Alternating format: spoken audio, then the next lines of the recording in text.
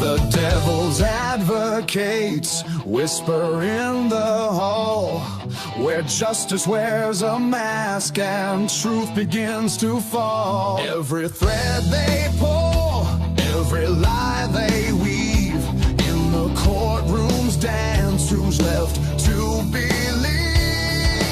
Oh, the devil's in the details, hiding in plain sight, innocent until the gavel steals the light. True crime echoes through the hollow night, fighting injustice with no end. The devil's in the details, hiding in plain sight, innocent until the gavel steals the light. True crime echoes through the hollow night, fighting injustice with no end in sight.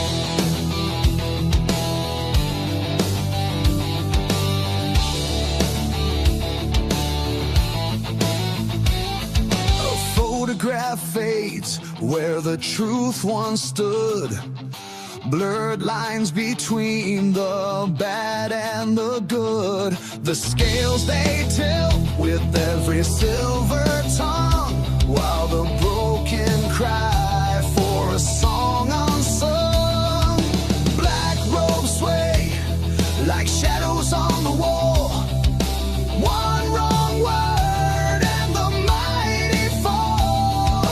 Who's a sinner? Who's a saint? The jury's out, but the verdict's faint. Oh, the devil's in the details, hiding in plain sight, innocent until the gavel steals the light. True crime echoes through the hollow night, fighting injustice with no end. The devil's in the details, hiding in plain sight, innocent until the gavel steals the light. True crime echoes through the hollow night, fighting injustice with no end in sight.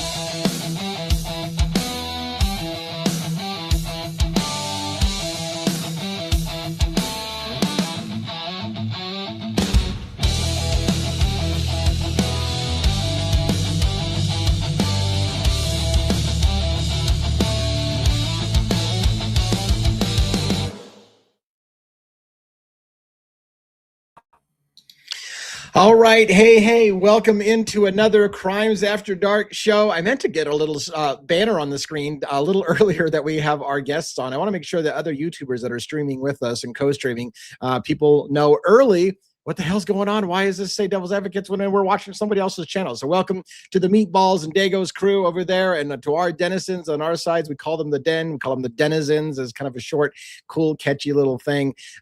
We've got a great vibe going. We've got a lot of stuff going on.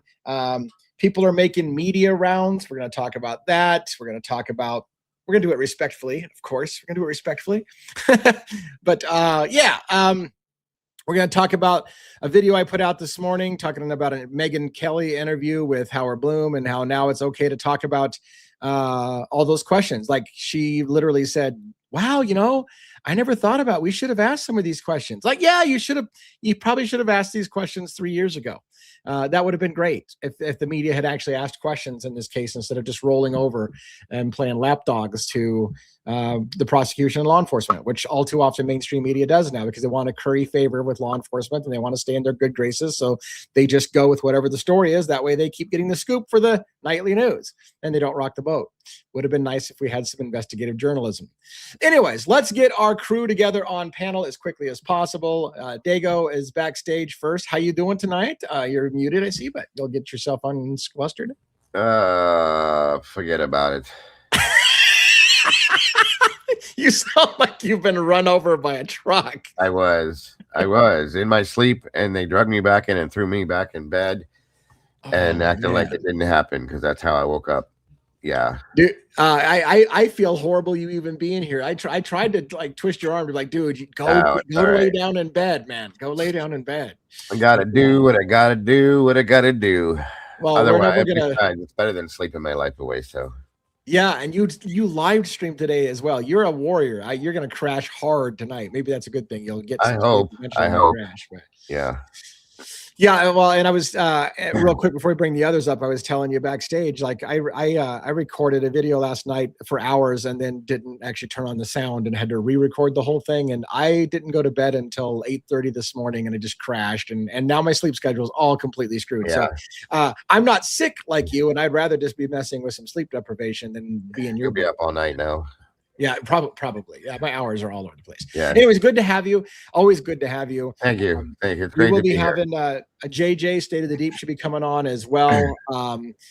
Our kind of newest person that's going to be coming with us, Logan. She might not. I don't think she's going to make it tonight, but she will be coming on with us more often. I know a lot of you liked when we had Logan from Bronx Tales on True Crime on here, and that was great. That was a great experience, and I think everything was hunky-dory, and I think you guys are looking forward to hearing her more. Yes. As we are, to kind of get to know her expertise. That's what's really cool about our panel, and I need to get our panelists up here, but really cool about our panel is we have all these kind of diverse backgrounds that we can lend to true crime, which is a special thing about our show. Absolutely. All right, let's bring Robin on stage. Robin, how are you? Hello, I'm well. I'm so sorry you're not doing so swift there, Dago, and poor boss man, he was up till all hours, and you guys are having it rough here. I hope things are gonna turn around there for you both. But thank you. I'm fired up, man. It's been a day. Yes, it has. With all that's been going on today. So, but good to be here with everyone as always, and all the Blue crew and the denizens and everybody. So yeah, excited to be here as always. Yeah, and we are excited as well. It's normally, by the way, for those who don't know, normally I would be going with Birdie every other week. Birdie and I have been going. Well, when we first started out, Birdie Bombshells and I went every single Monday together, and then we kind of moved it to every other Monday because we didn't want to force content. And then I think Birdie had a full plate today and other things going on, so he went solo today. So I wasn't actually expecting to do this group. I thought it was going to be. I was going to come on later, I think afterwards or something, but I can't. We don't usually do it on Monday at all when I'm with Birdie. But I called the crew together and said, "Hey, last minute cancellation. I'm open." So here we are. Welcome everybody to the chat. By the way, I appreciate it. We're gonna get one up here in a second and say hi to him. I'm just looking through the chat, making sure, but an active, chatty little chat today. Let's get one on screen. And JJ will be joining us pretty soon. But how you doing, 1-1? Evening, denizens, meatballs. Dago, hope you're feeling better. We missed you yesterday, but we understand. Robin, yeah, thank you. Hello, Lee, almost it has an amazing video today. You almost didn't see me anymore. I almost, drove off a bridge after. I don't want to give it away. You have to experience it for yourself. But what I will say, make sure you're grounded, maybe grounded with 2 feet before you watch this video. Don't do what I did. Yeah, it's pretty funny.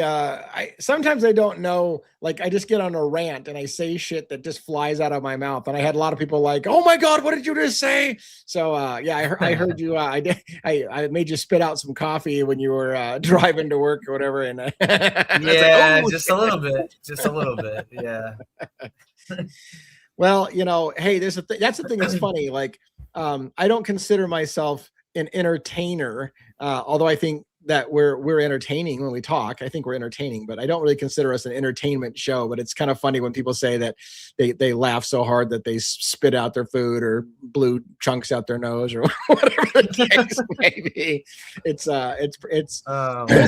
those great moments, I think we have the ability to make it entertaining at times, but it's not an entertainment show, right? Right. Like we have very, very heavy, serious topics and, but that doesn't mean you can't be entertaining while delivering, your thoughts and opinions, which we do really well. I think we do it really well. Before you get into your monologue, I see that we got JJ from State of the Deep on here. So let's bring him up and then we'll have you read us in if you got something for us tonight. Yep. JJ, what's up? What's up, everybody? How you guys doing? What's up, Dan? Meatballs, mods. Good to be here. Man, Dago's running rough right now. I don't know if you heard his voice, but he's suffering right now. So. Hang in there, brother. hang in. Need a nice cup of some strong whiskey. Oh, that sounds kind of good. Oh, that's not good. That's whiskey sounded good. It's like, wait, whiskey sounds good. That's not good. That's not good. Anyways. It's good to see everybody. We don't have an official topic tonight, but like I said, I have thoughts. I would like to talk about Brent Turvey. I know that not everybody saw Brent Turvey's little clip I played, but I'd like to talk about him now that I've seen him talk. Some of you had already seen him talk, and I had never seen him talk, and I was impressed at how articulate he was. I'll explain to people in a little bit who he is and what the gist of what he said was. We talked about the Megyn Kelly interview with Howard Bloom and some of her surprise, hey, maybe we should have thought of these questions a long time ago. Yeah, that would have been super sweet. Anyways, and then we'll talk about what things you guys have seen. Maybe we'll talk a little bit, other cases as well. Like everything I can think of that was as a topic, like Harsh and Pav trading blows over Kopaka. All those topics we can talk about is all Idaho 4. But there's other things in our lives besides Idaho 4. But anyways, one, why don't you read us in with a little monologue? Sure. Jackson, hope you're feeling better. Love you. Juliana, my beautiful wife. Have a good night. Is it good to be alive in the den on a Monday night? Not the version of justice that fits neatly into headlines. Not the version that thrives on certainty. The other one, the uncomfortable one. Tonight, we step back into the shadows of Idaho, a place that will forever be remembered, not for what it was, but for what happened while the rest of the world slept. 4 students, 4 lives, a single house that became a symbol of horror, confusion, and unanswered questions. The Idaho 4 martyrs didn't just fracture a community, they ignited a story so fast, so loud, that silence itself became suspicious. And then came a name, Brian Kohberger, a suspect turned spectacle, a face reduced to mugshots, a man spoken about as if the verdict had already been signed, sealed, and delivered, long before a courtroom ever heard the facts. And justice doesn't move at the speed of outrage, and truth doesn't arrive fully formed. It hides in timelines that don't quite align, in assumptions dressed up as evidence, in details dismissed because they don't fit the story we want to believe. Tonight, we're not here to tell you what to think. We're here to ask what wasn't asked, what was missed, what was rushed, what was quietly ignored while the narrative took over. Because when a case becomes a headline and a suspect becomes a conclusion, the real danger isn't doubt, it's certainty. It's about slowing down, listening carefully, and refusing to confuse repetition with truth. In the dark, details matter. In silence, answers speak. We are devil's advocates, and tonight we question everything.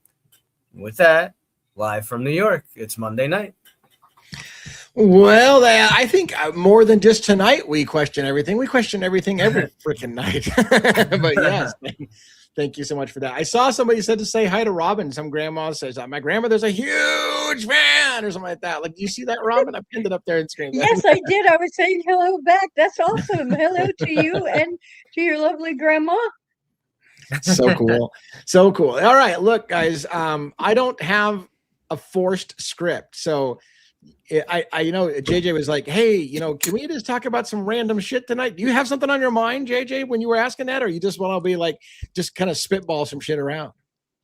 No, but it's good to blow out the cobwebs every once in a while and get the free flow going, Yeah. I think we all have enough angles and opinions and things to juice it up. I wasn't referring to anything specific. I watched your video today, and I was the whole time I'm just shaking my head because what have we been saying all along? Yeah. Like just recently we talked about Bloom's book, and I was like, when I read the book, I was like, the guy's a hack. He created a fiction story, and now he's backpedaling. However, you're right. I agree, but there is a but in there. A big but. I do have to agree with Pav, and with Lee also addressed it too. I do agree. Like, it's kind of nonsense. Like, this guy became the quintessential expert on what happened in Idaho and his 100 whatever interviews, and he knows everything. And all of a sudden, well, he says that the river is parting. So now this is what happened. But we do need the help. If we can get the help of and a start, whatever the motive, even though, it's like, oh, is this guy, he just wants to write another book, or this is what really happened, or whatever. Even so, better off to have an ally, right, than an enemy. So if he, I agree. I know what you're saying. I agree. I know he, you might, well, he doesn't have, his reasoning isn't, well-hearted or whatever, but we have to use what we can get. And if he's willing to backpedal on some stuff, and Megyn Kelly's going to put it out there, maybe it's a start, though. You got to I know people don't like different feeling. I agree with that. I agree with the sentiment of that. I do. Yeah. But I will say this. I got to quote Estes Crime Maze. I have to do it. You got to tell the truth at the right time. At the right time. And yes. So creating a fictitious story where you're talking about literally the thoughts going through Brian Kohberger's head as he drove around and decided what he was going to do.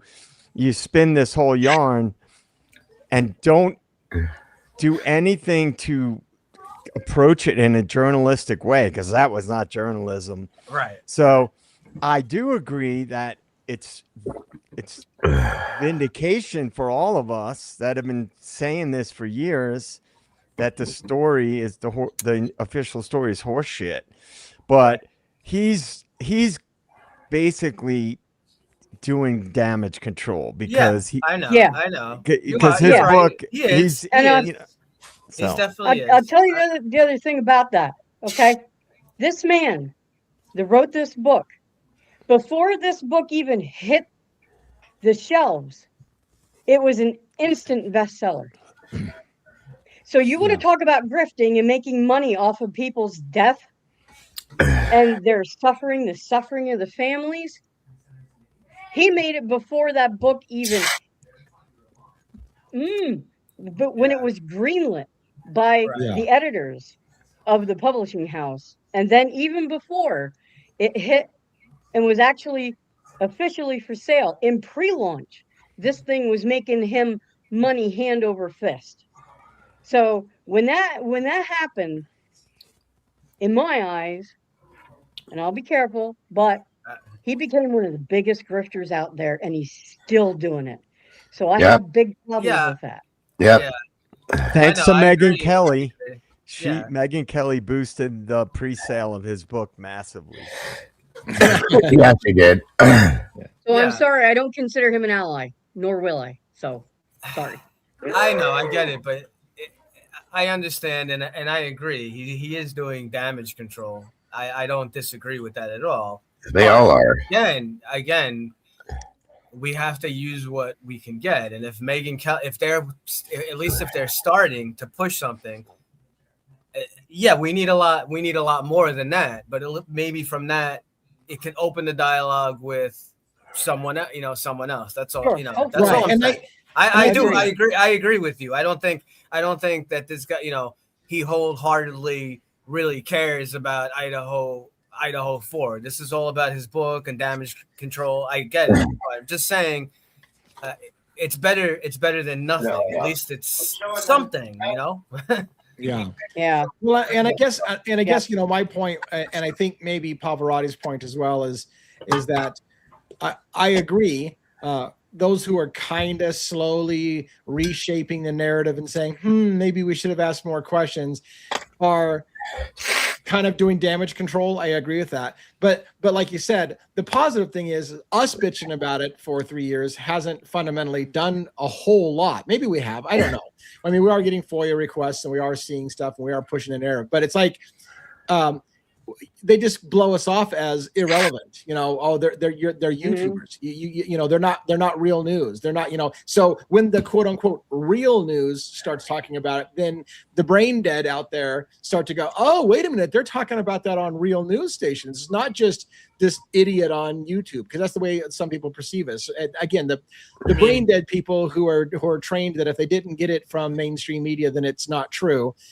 Now they get the validation that, oh, maybe it's okay to ask those questions because mainstream media is doing it and my favorite talking head's doing it. So maybe it's okay for me now that I have permission to talk about it. Well, my biggest concern though, and my last thing on that, my biggest concern is the mainstream media is going to do what they always do. They're going to take this and they're going to spin it and they're going to lead everybody down a path. So people think, oh man, look, they're coming around, and then they're going to steer it right back to the official narrative. That's my opinion. Well, I'm going to make that prediction. They are. Well, she's already, I mean, Megyn Kelly is kind of already doing that because she's not saying, oh, maybe we should just look at all this stuff. Maybe BK, maybe Kohberger is not.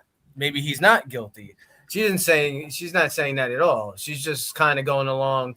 Well, yeah, he did it, but maybe there is someone else involved. Give it time. Yeah. I mean, I called. Oh, sorry. No, go ahead. I was going to say, I kind of called some of this last week when this first dropped with Bloom, and I said, just wait. Yeah. I said, just watch.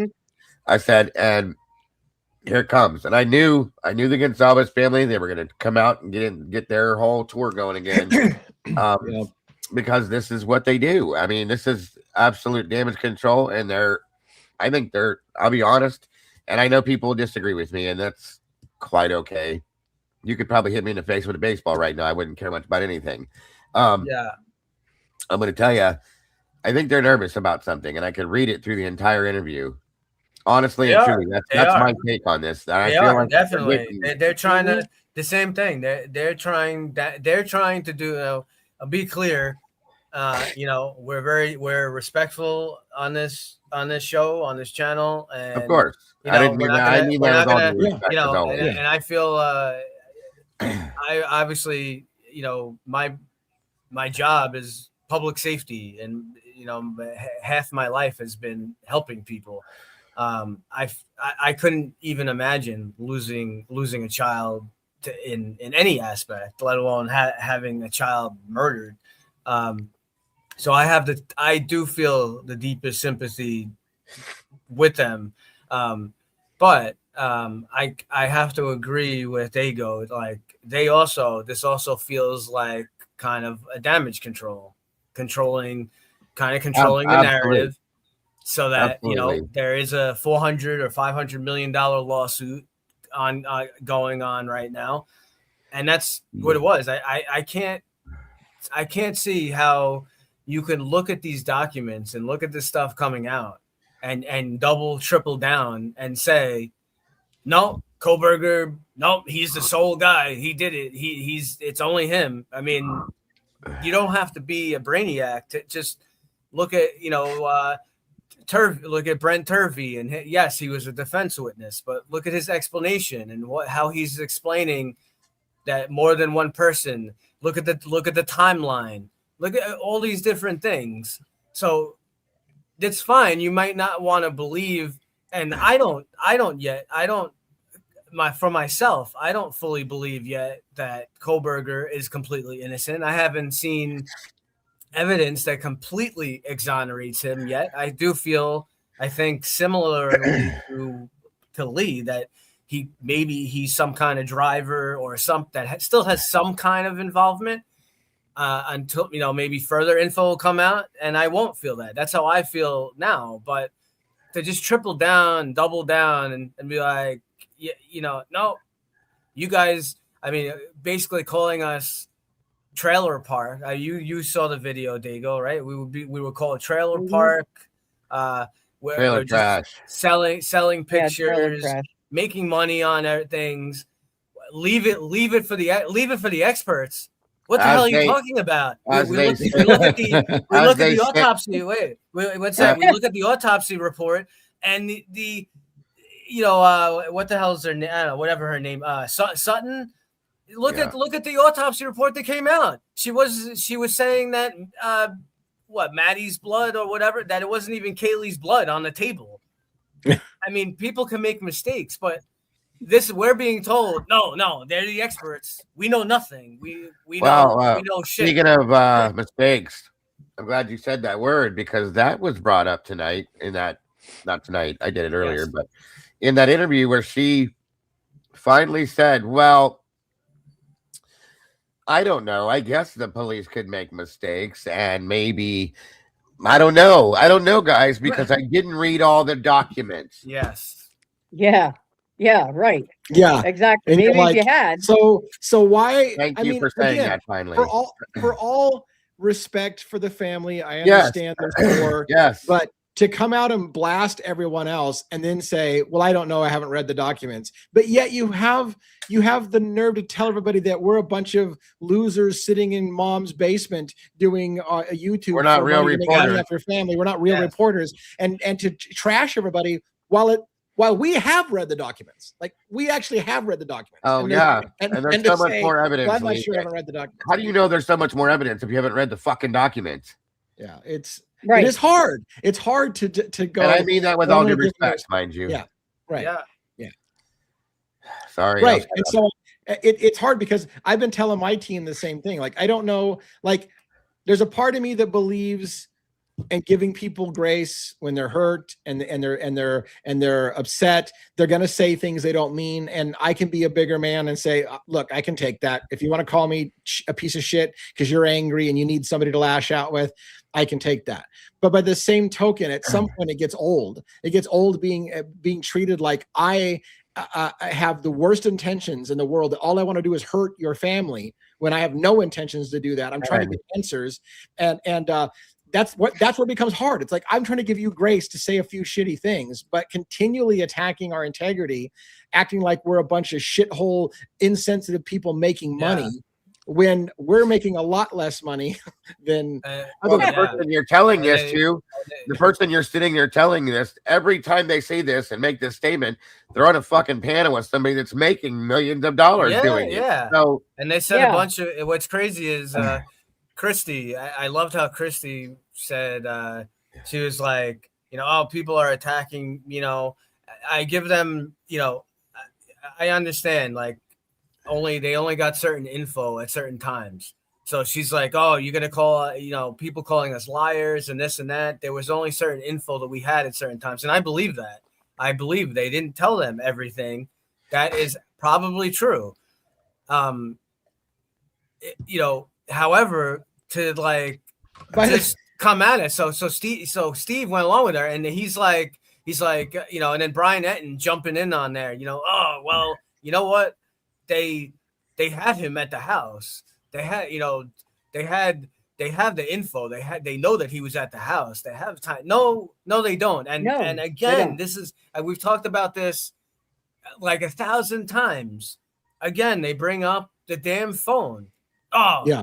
Christy, I think Christy said it. They kept saying so many different lies. He turned their phone off. He turned his phone off. He turned his phone off at 2:00. No, he didn't. He didn't turn his goddamn phone off. They never said that in the PCA. They said it lost. It lost. Exactly. Yeah, it stopped accessing the phone. And they said it could have been that he turned it off. It could have been that he lost cell coverage. Right. But they know that. And they know that he didn't turn his phone off. And that's what Lee explained very well. That's why they didn't say that he turned his phone off. They worded it in such a way that they were very clever with the way they worded it. Exactly. Because they know that his phone just disconnected from the tower. And again, JJ and Lee, they went there. They went to whatever, Wawa Park or that area. And they tried calling into a live, we had a show going on. And it's how many times did you guys disconnect? Yeah. Yeah. With the interest. One thing, go ahead, Robin. I've never lost a child in such a horrific manner, but I know that if I ever did, or something happened to one of my nieces or my nephew or whatever, I'd read every damn thing out there. I'd want to know every single thing, and I'd want everyone to see it because I would want someone out there to help me find the real truth of it. And I'm not saying they're supposed to do that. And my sympathy does go out to them, believe me. But we want the truth for those 4 young lives that were lost, and we want the truth for the families. And I just wish that they could really see that, but I don't know that they ever will. No. Yeah, what were you going to say, JJ? Because I've got a little rant I want to go on as well, or at least so you get your part out first before. Yeah. Well, wasn't it Steve G that was screaming from the rafters about free speech because he was being silenced in the beginning of this case? Absolutely. And he was reaching out to online sleuthers and things like that in the beginning, and he didn't want to be silenced because they were trying to gag him in the beginning of the case because he was talking a lot on the media. So, as I've said before in other streams, they're just trying to protect their lawsuit. And if the narrative shifts too far away from Kohberger, it's over. That's the end of their lawsuit.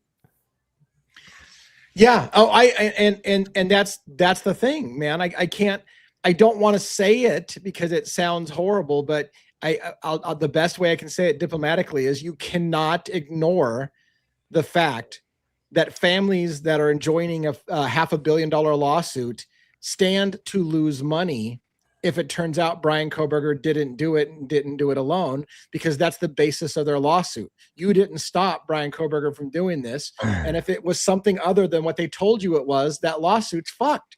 And so it's literally, it incentivizes people to be blinded to wanting to know the truth because there's too much money on the line. That's the best way I can say it. It could blind people who are honest people, but you get blinded by the fact that, well, shit, if it turns out we're wrong, we lose millions. So I mean, I don't know that that's a motivation or not, but you can't divorce yourself from that possibility. I want to point out another thing that I found. Megyn Kelly, by the way, while she was giving room for Bloom to ask new questions, it was clear she hasn't moved far off of the thing at all. And there was several, in my opinion, very funny moments. First of all, while she's having Bloom on there, who just wrote, by the way, in the article that she's talking about his article. And in his article, he literally says it could have been somebody else that had motive, and Kohberger was just trying to show off for a friend or something like that, as if it wasn't even Kohberger who had the motive to kill.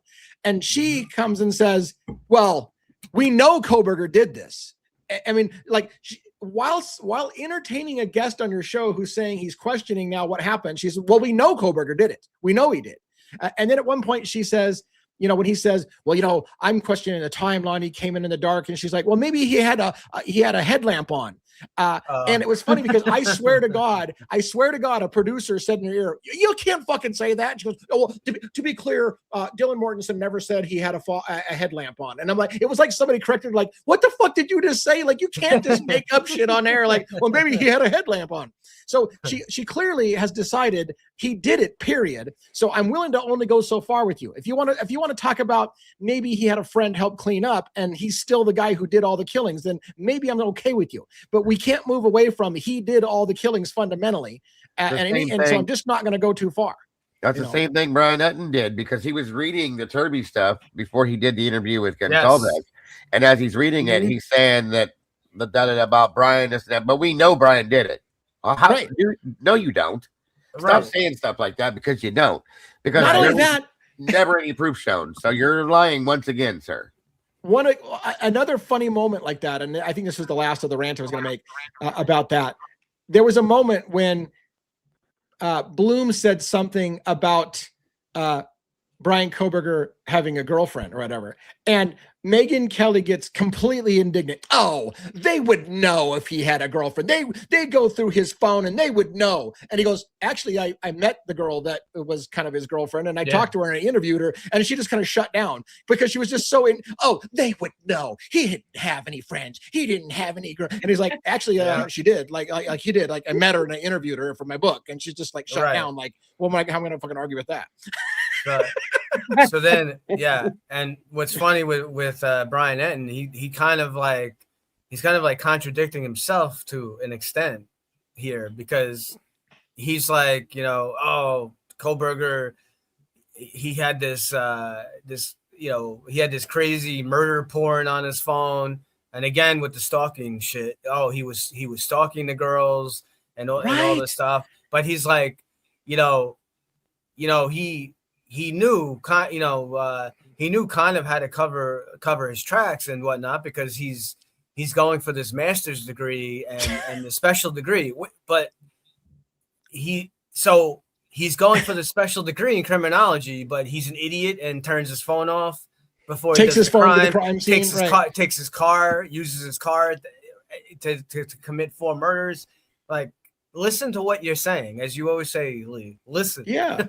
Listen. You're not even using your brain. I was gonna ask that. I wonder if these people like ever actually hear what they're saying after they say this, because 9 out of 10 times it sounds so ridiculous. It really does. Well, I've been saying for years, the media is not about reporting facts or about pushing narratives. And they don't give a shit about the truth. No. They couldn't care less about the truth. And the only reason, like I said, that they're even shifting at all, even as minimal as it was with Megyn Kelly, is because they're doing a little bit of damage control. They push this narrative so absolutely in lockstep, and now it's getting diverted slowly but surely away from that official narrative. So they have to at least acknowledge it, because the mainstream media, and believe me, Megyn Kelly may be online, but she's the mainstream media. Right. They just transferred her onto the internet. And so they're just shifting and their version of damage control. And I don't know because I don't know because I've never worked for a media outlet, but I have to imagine. So look, let me try and put it in this perspective. I'm a small YouTube channel. I've got 4 or 5 cases I follow, and it's everything I can do to keep up with the legal documents and read the court documents and read the newspapers and read the latest comments that everybody's saying to kind of keep up on the case and read my chat and all the rumors. Like, it's a full-time job. I can tell you this. I think most of mainstream media are talking heads who are out with coffee with their friends and then put some makeup on and go sit at a desk and read a script. They're not studying the cases. So they're getting on there and they're talking like an authority. Well, we know this is what happened. You don't know shit. I bet you don't know the cases you're reporting on. You literally put some makeup on and sat down and read a script and acted because that's what they're paid for, to look authoritative. Well, we know that this happened. You don't know, dick. You just read a script. I doubt you even read any of the documents. Maybe they read some, but I guarantee you, like, I can't keep up with the case, and it's all I do. But they've got a whole bunch of things they report on. It's just one case. It's a little small case that they're covering. Out of all the things they're covering, you think that they're reading the documents at the levels that we are? They're not. But yet they're telling us Megyn is not reading anything. I know for a fact how Megyn runs her show. She has producers and assistants. They dig up the information, they summarize it for her, and they hand it to her in one sheet. She probably looks through it before she goes online and she does her show. She does not do any of her own research, which is why she doesn't know anything about what's come out and all the inconsistencies, much like Brian Entin and all these other people. I guarantee you, Brian Entin is, kudos to him. He was boots on the ground. I'd give him credit for that. But he's got people doing his research for him. He's got assistants and PAs and interns doing any research, whatever they do. He's not digging past the headline, so to speak. Right. The thing that's wacky though. Again, and I know, like we said, it's making sure that everything's okay with their lawsuit and controlling the narrative.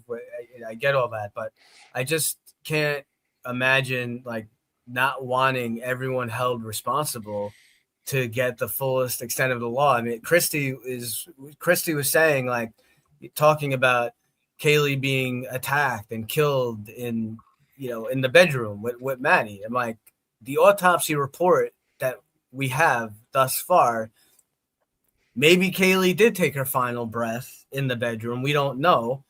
But we do know that she was attacked on the second floor. How is her blood all over the place? She definitely, and it matches somewhat, kind of to a version of what Dylan says, to a bit of Kaylee running up and down the stairs and whatever. But then you hear Christy and like, no, no, everything happened in the room. What I thought was interesting from that interview, Dago, I didn't get to see your show earlier, was when Steve said that how, if this is, I don't see why he would be lying, but if it's actually true, he said that they weren't told about the injuries to all the other victims. Like they were only, like even at the sentencing, they only were given like what the full injuries and stuff were to Kaylee. So they didn't know that Xana like fought for her life and had all these crazy things. I don't know. It's like a little nut. It's kind of That's what he said. That's what he claimed. Yeah, and I remember that too. And I kind of remember thinking, well, okay. But if we all know about it, then there's got to be some aspect that you knew about it. So I mean, I agree. Yeah. But I just thought it was a little weird. It is definitely. One thing they did say though that caught me off guard. I mean, I don't want to say it caught me off guard, but it proves a point, again, with all due respect, and it also bothers me at the same time. They referred to it was towards the end, and they made a statement like, if this things aren't handled, so on and so forth. It's not exact words, guys. I can't remember my middle name right now, so bear with me. But if these things aren't dealt with, then what'll happen is it'll end up in a circumstance like like they're doing in the Peterson case, where they're going to possibly reopen the case and think he could get off. So what you're saying, what I heard, so it could be wrong, but was that you don't care if it's the right person or not, as long as that person isn't let go that was initially convicted of this, whether they find new evidence or not. You don't want that to happen. That's what he was how saying. I took that. Yeah. He did. That's not at all how the no. Sorry. Right. Even Megyn Kelly, even Megyn Kelly said, if there was an accomplice, that means somebody that was involved with this may be walking free still on the streets. I'm like, yes, that's what we're saying. Welcome to like, reality. Shit. Like, what do you think we're complaining about? Right. Because even if Kohberger did it, even if you want to rest on the whole, well, he at least took part of it, so good enough. Is it good enough for you? What if there was 4 people that did it and 3 of them are still walking on the street today? That's okay with you? And what if those other 3 people are the one that killed your child, and it was Kohberger only killed somebody else's kid, not yours? Are you okay with they just got somebody for your kid's murder, or would you want the people who actually killed your kid to be held responsible? How do you get to the point where you don't care who goes down for it, just that somebody went down for it? Like Lucy said, what she takes from that statement is what I'm trying to say. That they're totally fine with the state withholding evidence as long as somebody's punished. That's all that matters. We can't let this person go. That's like, okay. I see what you're trying to teach the world. And then the question becomes, God, I don't even know if I want to ask it. The question becomes, it's okay as long as somebody goes down for it because of the psychological relief that you could feel some kind of closure because somebody somewhere paid, and it doesn't matter to you if it was the right guy or the whole story, but it feels somehow better to have some closure that somebody paid. Is that what it is? Or is it financially motivated that if it didn't happen the way you said it, then this lawsuit fails? Bingo. Right. Bingo. Yeah. Bingo. Yep. Ding, That's ding, ding, what ding. my money's on. What it is. Well, go ahead, one. Go ahead. No, go ahead. I'm just gonna say, you guys know my theory about Brian Kohberger. So just like I, have said in the past, there's a chance that the 2 surviving roommates were given a script and given marching orders. There's also that same chance that the Gonzalez family was given that same set of marching orders. If there was an operation involved, and I know this is a little bit off track from what a lot of people think, but if there was something being covered up, which I contend that there was, whether it be the school, whether it be the feds, then you can be sure that somebody was given marching orders, right? At the very least, somebody in the fold was given marching orders, like, this is the angle we're going with. So I try to, again, I'm playing devil's advocates with kind of some of the thoughts that I have had in the past. It's possible that the Gonzalez family was told, this is the script we're going with, and you don't divert from this script. And there's you know, I mean, that's what Brent Turvey was saying on the interview that I watched and talked about. It was that oftentimes law enforcement sidles up with the family and says, look, the best thing you can do is shut your mouth. Don't talk to anybody. Let us do our job. We've got somebody for this. And it doesn't even matter whether, and they might even, at some level, they might even say, look, it doesn't matter if we got the right guy. Your family is going to get compensated for us putting somebody away. So it's in your best interest just to shut up. Let us get somebody, put them away. You can sue the fuck out of them, get lots of money. And in the end, it'll give you some kind of relief. Does it matter in the end that much? If it's the right guy, you're going to get a fuck ton of money. So why don't you just shut up and go along with the program? You have to ask if that gets done, if that ever gets done. And that's what a lot of kind of the things that Brent Turvey was suggesting he sees in law enforcement. And furthermore, and I know, JJ, you can appreciate this, having read a lot of Framed and stuff like that, like I have, and I read it because you recommended it. But the same thing he said, sometimes he himself, Brent Turvey said, I have seen where law enforcement will work with the murderer to frame somebody who didn't do it, because they don't want to jam up their confidential informant or whatever. Sometimes the murderer is their confidential informant and they don't want to jam up their confidential informant. And sometimes they'll work with the murderer to put somebody else away because they don't want to compromise their confidential informant. I mean, and they will literally arrest and harass family members if they go against the official narrative. That's a guy who works in this industry his whole life and has written 20 plus books on forensics, says that's reality. And if you don't live in that reality, then you're not a true professional, because that's how it works in this country. Well, another thing that sort of goes along with what I believe is that if there was any connection, let's say, for example, WSU had a program like Utah State had with the CIA, the Center for Anticipatory Intelligence. Well, let's say that they were doing research at WSU and it was in conjunction with the feds.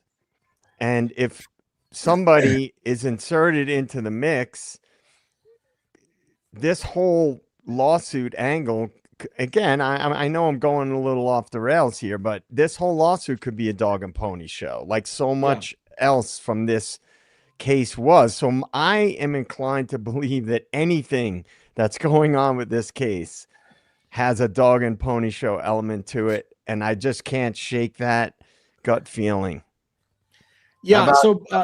Sorry, I want to answer answer Blue-Eyed Candy's question. DA, do you think BK has some type of involvement? So it's personal opinion that you're asking for, and I'll give you my personal opinion.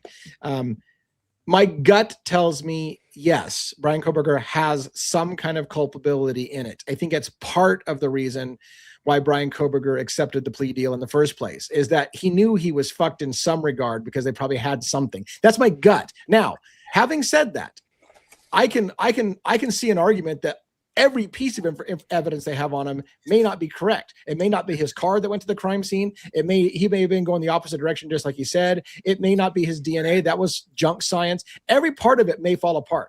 But there's a part of me that accepts the possibility that what could have happened was Kohberger literally was asked for his expertise in forensics on how would you get away with this? How would you clean up the crime scene? And maybe he was involved even as a periphery, just as an advisor. Like, I wouldn't do that, because that's the kind of thing Kohberger said. I'm not capable of this kind of thing. I wouldn't do this. And I can't wait to exonerate myself to prove that I'm not that kind of guy. But that doesn't mean that he's not the kind of guy that could think tank something and say, well, if it were me, I'd do this, this, and this. So there's a part of me that thinks that Kohberger had some potential culpability, but I can't prove it. Here's the thing, I can't prove it, and I certainly wouldn't put him away for life in jail on a gut feeling. But So according to Brian Enton, his car, it's Kohberger's car that races away at 424, even though. Did anybody else catch that statement that was made where, and I don't believe this is something they could have made up either at this point, where the court told them to stop emailing them, to leave them alone because they're creating a record. No, but that sounds exactly like the thing. I saw that. Really? Really? That's quite interesting, you guys. That sounds like Hitler. So that was another interesting thing. Yeah, that was probably one part. That was probably one part of the of that interview that I actually enjoyed. You probably did too, Dago. So you know how Steve G doesn't really hold back from what he wants to say. He just says whatever is on his mind. He doubled down, tripled down. He bashed the hell out of Hitler and Santa Claus. He went at them. He went at them like full throttle. He was like, that's what I titled my live stream. Hitler, get out of the way. That's what he said. Yeah, Hitler, get out of the way. Right. Move, bitch. Get out the way. Yeah. I was going to tell you, I don't want to get the wording wrong. So I was thinking I was going to see if I could pull it up on screen or not. But I had after talking to Dago, I think primarily is when it came up the first time. Dago, I think, brought to my attention the idea that Kathy Mabbitt, the coroner, showed up at the crime scene and was told essentially to stay outside and wasn't allowed in until after Bill Thompson and others crawled to the crime scene, and she didn't go in until much later.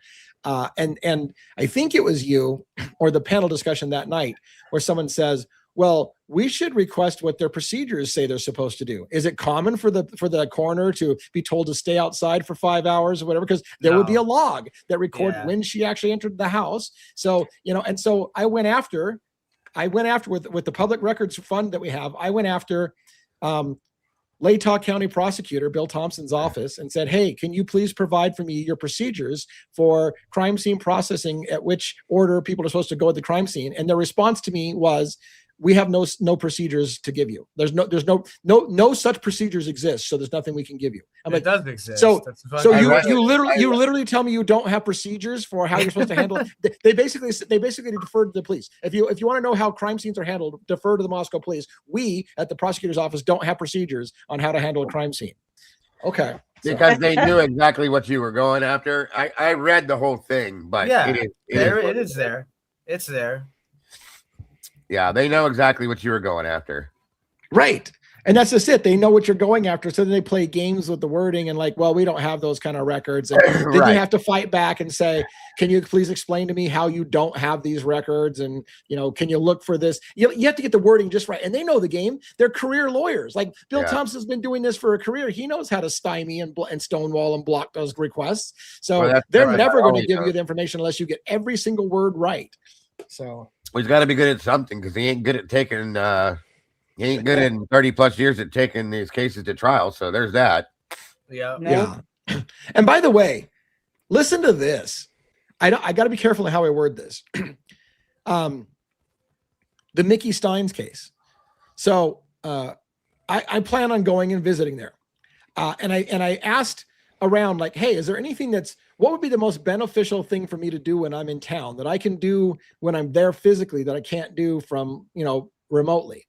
And I was informed that you can get a lot by walking in to the courthouse or the sheriff's department or the coroner's office and asking to talk to their public records clerk and say, hey, can I just see, I'm a member of the public, can I just see what records you have? And they'll often sit you down in a room with a box or boxes and say, yeah, have at it. You can't leave the room with it. And if you want photocopies, you have to pay for photocopies, but you can physically go through evidence. Now, here's the thing that I want to tell you as a matter of fuckery, that I don't believe I understand how this is legal. So I was told that Kentucky doesn't allow that kind of examination of their records by people outside of Kentucky. You have to be a Kentucky resident. So then I countered and said, hey, we know people in Kentucky. would somebody be willing to go with me to the courthouse, the coroner's office, and show their driver's license and say, hey, look, I'm a Kentucky resident. I have the right to see this. And I'll just say this. On the download, I've been told, one, people want to help me with that quest, but they're terrified to go in there because they've tried it before and they were told, we know what you're looking for. You can't have it. And I'm like, how the fuck is that the answer? We know what you're looking for. So no, we're not going to give it to you and don't come back. Like that's supposed to be illegal. That your own citizens or taxpayers funding that shit. And they come in and say, I want to see you see your books. And they like, I know what you're looking for. Get the fuck out of here. Wow. Like, how the fuck could they do that? You should reach out to Thomas Massey. He's a congressman from Kentucky, and he's very libertarian as far as that stuff goes. You should. He's pretty. I mean, relatively accessible. You think he's trustworthy, though, Joe? I think he's about the only trustworthy person in our whole government. Okay, in my opinion. There you go. I want to address. Yeah, go ahead and finish your thoughts. I want to. No, I was going to say like I'm a nobody, and he's responded on occasion to. I've commented on some of his posts and not often, but he's responded to me once or twice. So he's more accessible than anybody I've ever seen to the public. All right. Well, we will reach out to Massey because that sounds like a really good idea. I want to say, like, Blue-Eyed Candy, you may have heard me say, and thank you for the donation, by the way, as well. You may have heard me say this before, but I have often said that I kind of understand. I feel like I understand Steve Gonzalez's responses on camera to some extent, because I think you're right. Here's what I think, and I think it goes along exactly with the interview that I showed a clip of today with Brent Turvey, which is that law enforcement came to Steve and said something. I'm going to tell you what I think happened, not Howard Bloom, where this is exactly what happened. I'm going to tell you what I think happened. I'm going to let you know it's just a thought. I think what happened is that someone came to Steve and said, look, we've got the guy. We know who it is. And the best thing you can do is shut your mouth.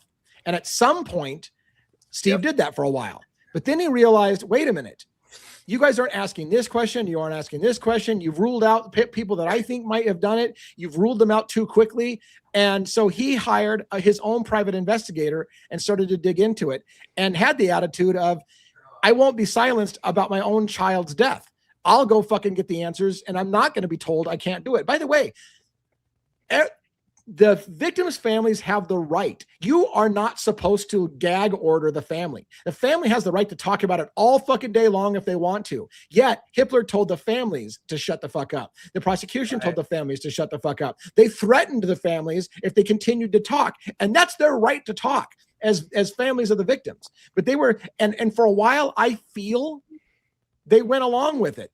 They trusted the system. I think most of the families, to be honest with you, I think my gut tells me most of the families trusted the system. Somebody got to the families and said, look, if you want justice in this case, you're just going to have to trust us. We know who did it. We've got the guy. We can't share information. Just stay out of the public eye, keep your head low, and don't answer questions. And most of the families did that. Steve wasn't that kind of guy. Steve, and again, this is why I said I resonate with Steve, because if it was my daughter, I wouldn't just fucking sit there and say, oh, I'm just going to just wait for you guys to tell me the answer. That's not my style. I'm not going to sit around and let you tell me the answer. So I think he's kind of that guy. And I think that explains some of his behavior. Okay. Well, Hitler even said that. Hitler basically said that to him, Lee, when he said, you need to stop talking to the media. And he said, I don't think I can do that. And he said, well, do you think it's going to bring her back, Steve? And he was like, no. He goes, but, I don't believe this, that, or anything else. And he goes, well, then there's not going to be a trial. We won't have a trial. Yeah. And I'm like, we won't even have a trial. Here we are. Yeah. It's interesting. Wow. Very interesting. So, Lee, I thought it was interesting, too, from your your video that you showed with Turvey, where he was basically talking about crime scene stuff and how he said that this is like a good revelation to maybe people don't know. Some might, but not. Things are not like what you see on TV, like CSI and some of these crime shows. So it's very interesting revelation where he said that only about 25% of an actual crime scene is really like recorded or taken. And then from that 25%, the court really only winds up using about 5%, and then out of that, stuff is argued, thrown out, and then Lee, you made as we know, you made a great great rant and point how the jury, there's a lot of the case that they don't even the evidence, a lot of stuff they don't even get to see. Yeah, and yeah, exactly. I mean, I want to get back to Brent Kopaka. I see that pinned on screen. Maybe leave it for a second longer. But yeah, that was a big thing. Like I've said that before all the time. What the juries actually see is not all the facts in the case. In fact, most of the facts get tossed out. They get to see very, very little. A classic example I've given many times is a woman who was on trial for shooting and killing her husband because she claimed he came home in the middle of the night and she thought it was a burglar. And so she shot him when he came in the house because she thought it was a burglar and shot him by mistake. What they weren't allowed to tell the jury is that she had done that to her previous husband. The same exact fucking scenario. Shot her first husband the same way. And somebody convinced the judge that it would be prejudicial to the jury to hear that she's done this before to somebody because, well, that's an independent thing. She had her trial for that. That was an independent thing. This jury shouldn't know that and consider that. And you would think any person in their logical mind would say, we'd probably want to know that was a previous thing that had happened as part of this sniff test for whether or not this is, but no, it's not. And that happens with so much. They decide what you're going to hear and you don't get to hear all the facts. You get to hear a very, very limited number of facts. So and I think go ahead. No, go ahead. And I was just going to say along that lines with the evidence and stuff. What's so wacky with the Kohberger case is the fact that they didn't do a preliminary hearing, that they went right to the grand jury, which is because grand jury there is no argument of what's being thrown out. That's what the preliminary hearing is. So it's really that really makes you think that there's some bigger forces, at play here. At a grand jury instead of a preliminary hearing, the defense doesn't even get to be there. They don't even get to present any arguments. It's all the prosecution, one-sided prosecution saying this is what we got on them, and they can indict a ham sandwich. They shouldn't be able to do that. That shouldn't even exist as far as I'm concerned. For me, one of the judicial reforms we need in this country is to do away with grand jury system or completely reform that system. It's completely bogus, in my opinion. But real quick on Brent Kopaka's situation. Look, Brent Kopaka is one of those enigmas in this crime. I will tell you this. Regardless of whether you feel or I feel Brent Kopaka did or didn't do it, because I'm not even saying I think Brent Kopaka did it or had something to do with it. Regardless of how you feel about whether he did or didn't, I think it's pretty clear that law enforcement thought he could have been involved in it. They had received tips about him possibly being, and that's the key. Whether you think Brent actually did it or not, I think he was on law enforcement's radar. They had received tips about it. Yeah. And he was a person of interest. And that's the big thing. Then his death becomes a real question. Did they think he was the killer? Did they kill him because they thought he was the killer? Did something go and was he paranoid because they were up his ass all the time about killing the kids in Idaho and suspected him for it and we're going to make him go down? And did he flip out because he's tired of their shit? Because it was obviously whether he did it or not, if they thought he did or was involved, that's a huge deal. So.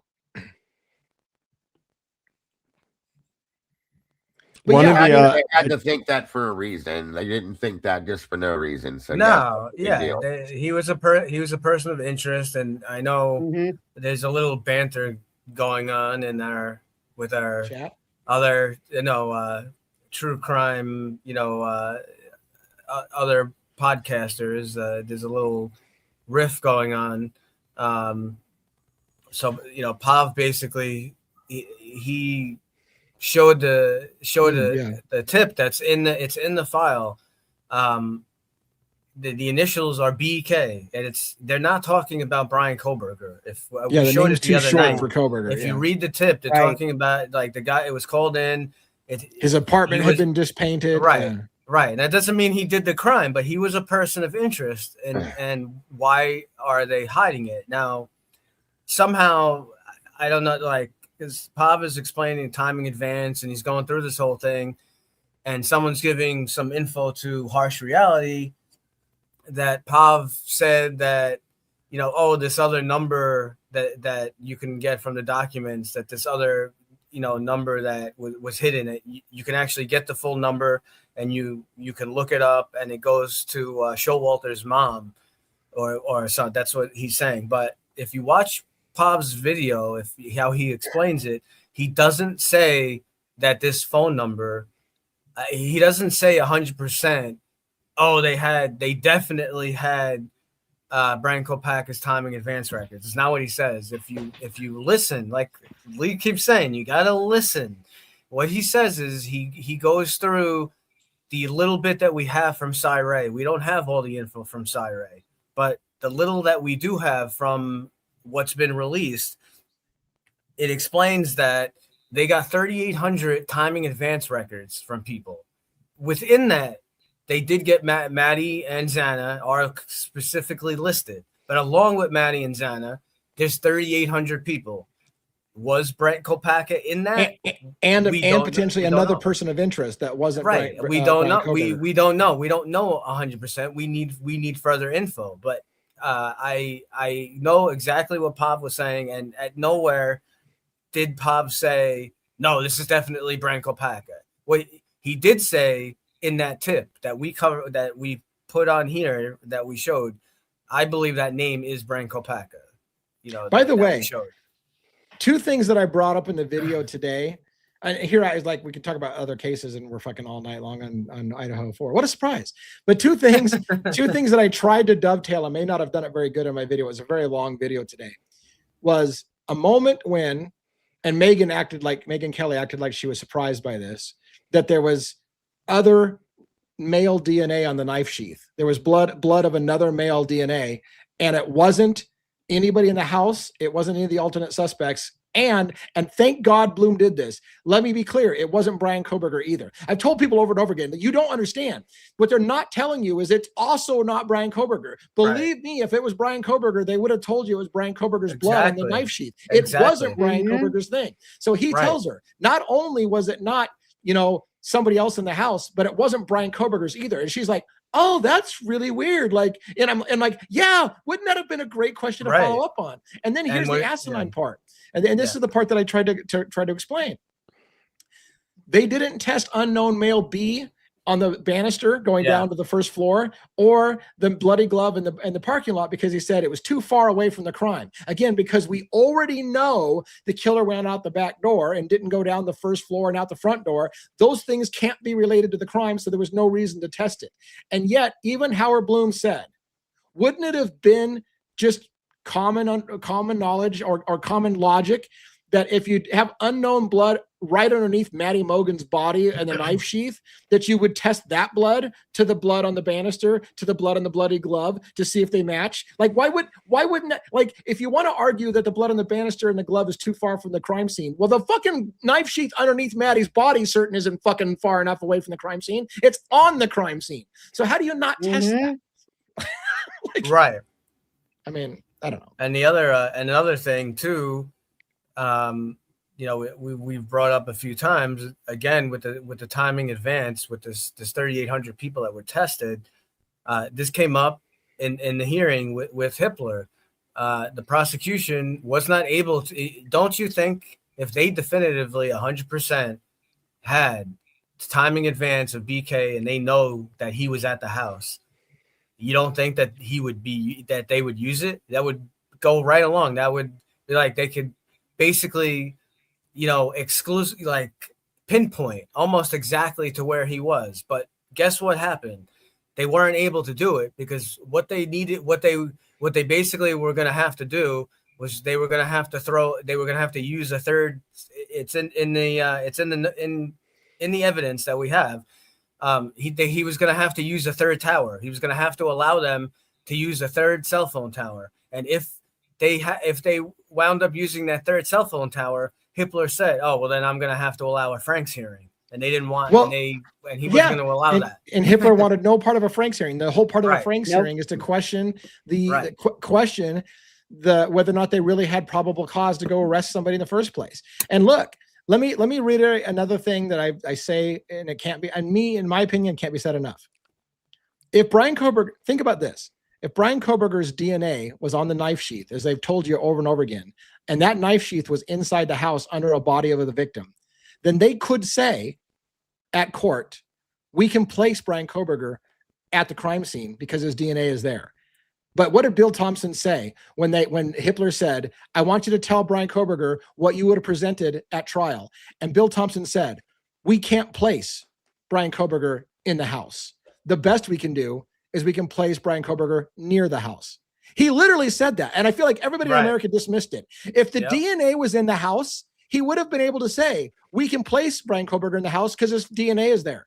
But he literally told you, we can't place Brian Kohberger in the house because, and everyone in America seemed to miss this too, they never intended to use the DNA at trial.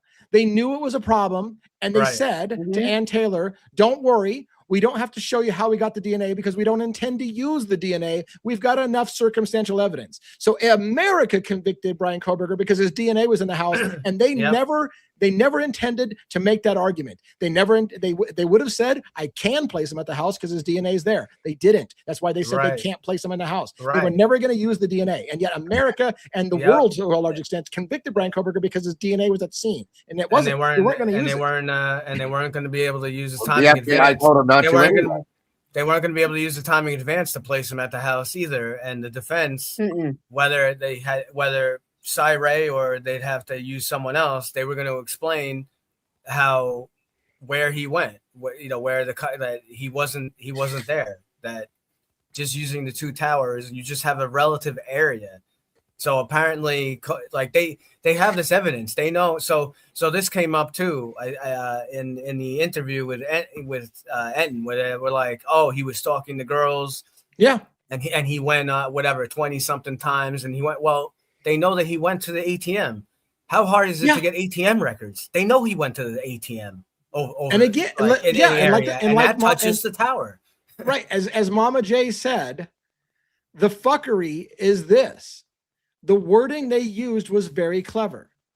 His cell phone utilized a tower that provides service to the house at 1122 King Road residents, which basically says dick.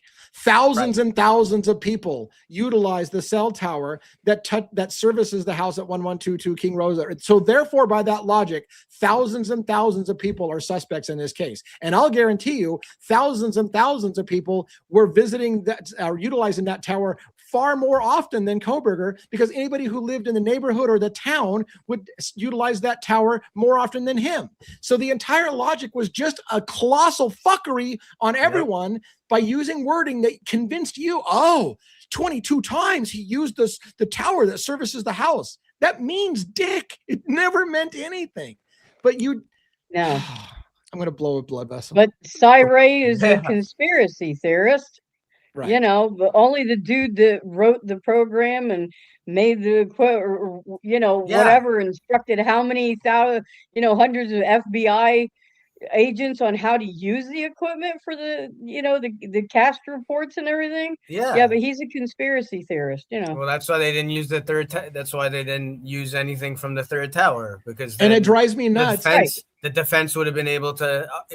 They would have had to use someone else besides Cy Ray, I guess, because Hitler wouldn't allow it. But then he would have been forced to do the Franks hearing, and it would have been a problem because he said, "What did Thompson say?" Like what Lee just said. They can't place Kohberger at the house. They needed, and not only that, but the prosecution emphatically said there are no signs that Brian Kohberger was stalking the girls, and yet in the WSU lawsuit again comes the wording Brian Kohberger was stalking the girls. It was known that Brian Kohberger was stalking the girls, and yet the prosecution flat out said there is no evidence Kohberger was stalking the girls. Like, how are these horrible rumors still circulating and making it into the lawsuit while we know that he was stalking the girls, when the prosecution itself said, and how about the new one? Bill Thompson said very, very clearly. I remember how weird it was that he kept saying, I want to make it one. I can't remember his exact wording, but it was something very emphatic. I want to make it abundantly clear. There is no sexual motivation that we have found in this crime. And now people are going on saying, now we have reason to believe it was sexually motivated. Really? Because the lead prosecutor told you, I want to make it abundantly clear there's no sexual motivation in the crime. But now here we are again, back to the fucking sexual motivation. Oh, he's an incel and he wanted to rape Maddie. And that's what, we can't get away with the lie stories. Even when the prosecution tells you we can't place Kohberger in the house and we weren't going to use his DNA, people say, they had his DNA in the house. When they tell you he wasn't stalking the girls, a lawsuit comes out saying he was stalking the girls. When they tell, everything that the prosecution told you isn't true, you still say. It's insane. Yeah. Do you guys, because they're allowing it. Nobody's shutting it down. Right. Kohberger applied for an internship at MPD, correct? Yes. Pullman. I think it was Pullman. Well, apparently he went, Payne knows him. I thought it was the Pullman Police Department that he applied right? for. I thought, didn't Yeah, he have it was something Pullman. that Payne knew him? I heard he applied at both, but I'm probably wrong. I thought I remembered that he had done that. Now, we know that there was this program going on at the school where they were keeping an eye on fraternity life, right?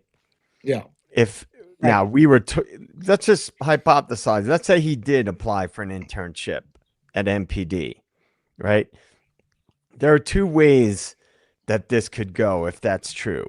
One is they knew of him through that interaction from him applying for that internship, right? So they were already aware of this guy, or some people were. The second part of that is maybe he was working for them, and as part of that, they brought in a criminology student to work in some capacity as an intern. Now, they're not going to tell that to the public with all this shit that's going on. So what if he was around that house at different times in that area because he was working in some capacity on behalf of MPD? Or I don't know what the Fed's involvement was with that program that MPD had with the local PD. We can speculate on that. If they had some backdoor connection to it, because oftentimes there are connections that are just once or twice removed. Or it could be like a joint task force. Right. And maybe he was in that area at different times. And again, I'm piggybacking off of that one theory that I have about him working for or with the feds. He could have been working as a sort of CI, so to speak. And as I've said before, he gets called up. Hey, look, this is your big chance.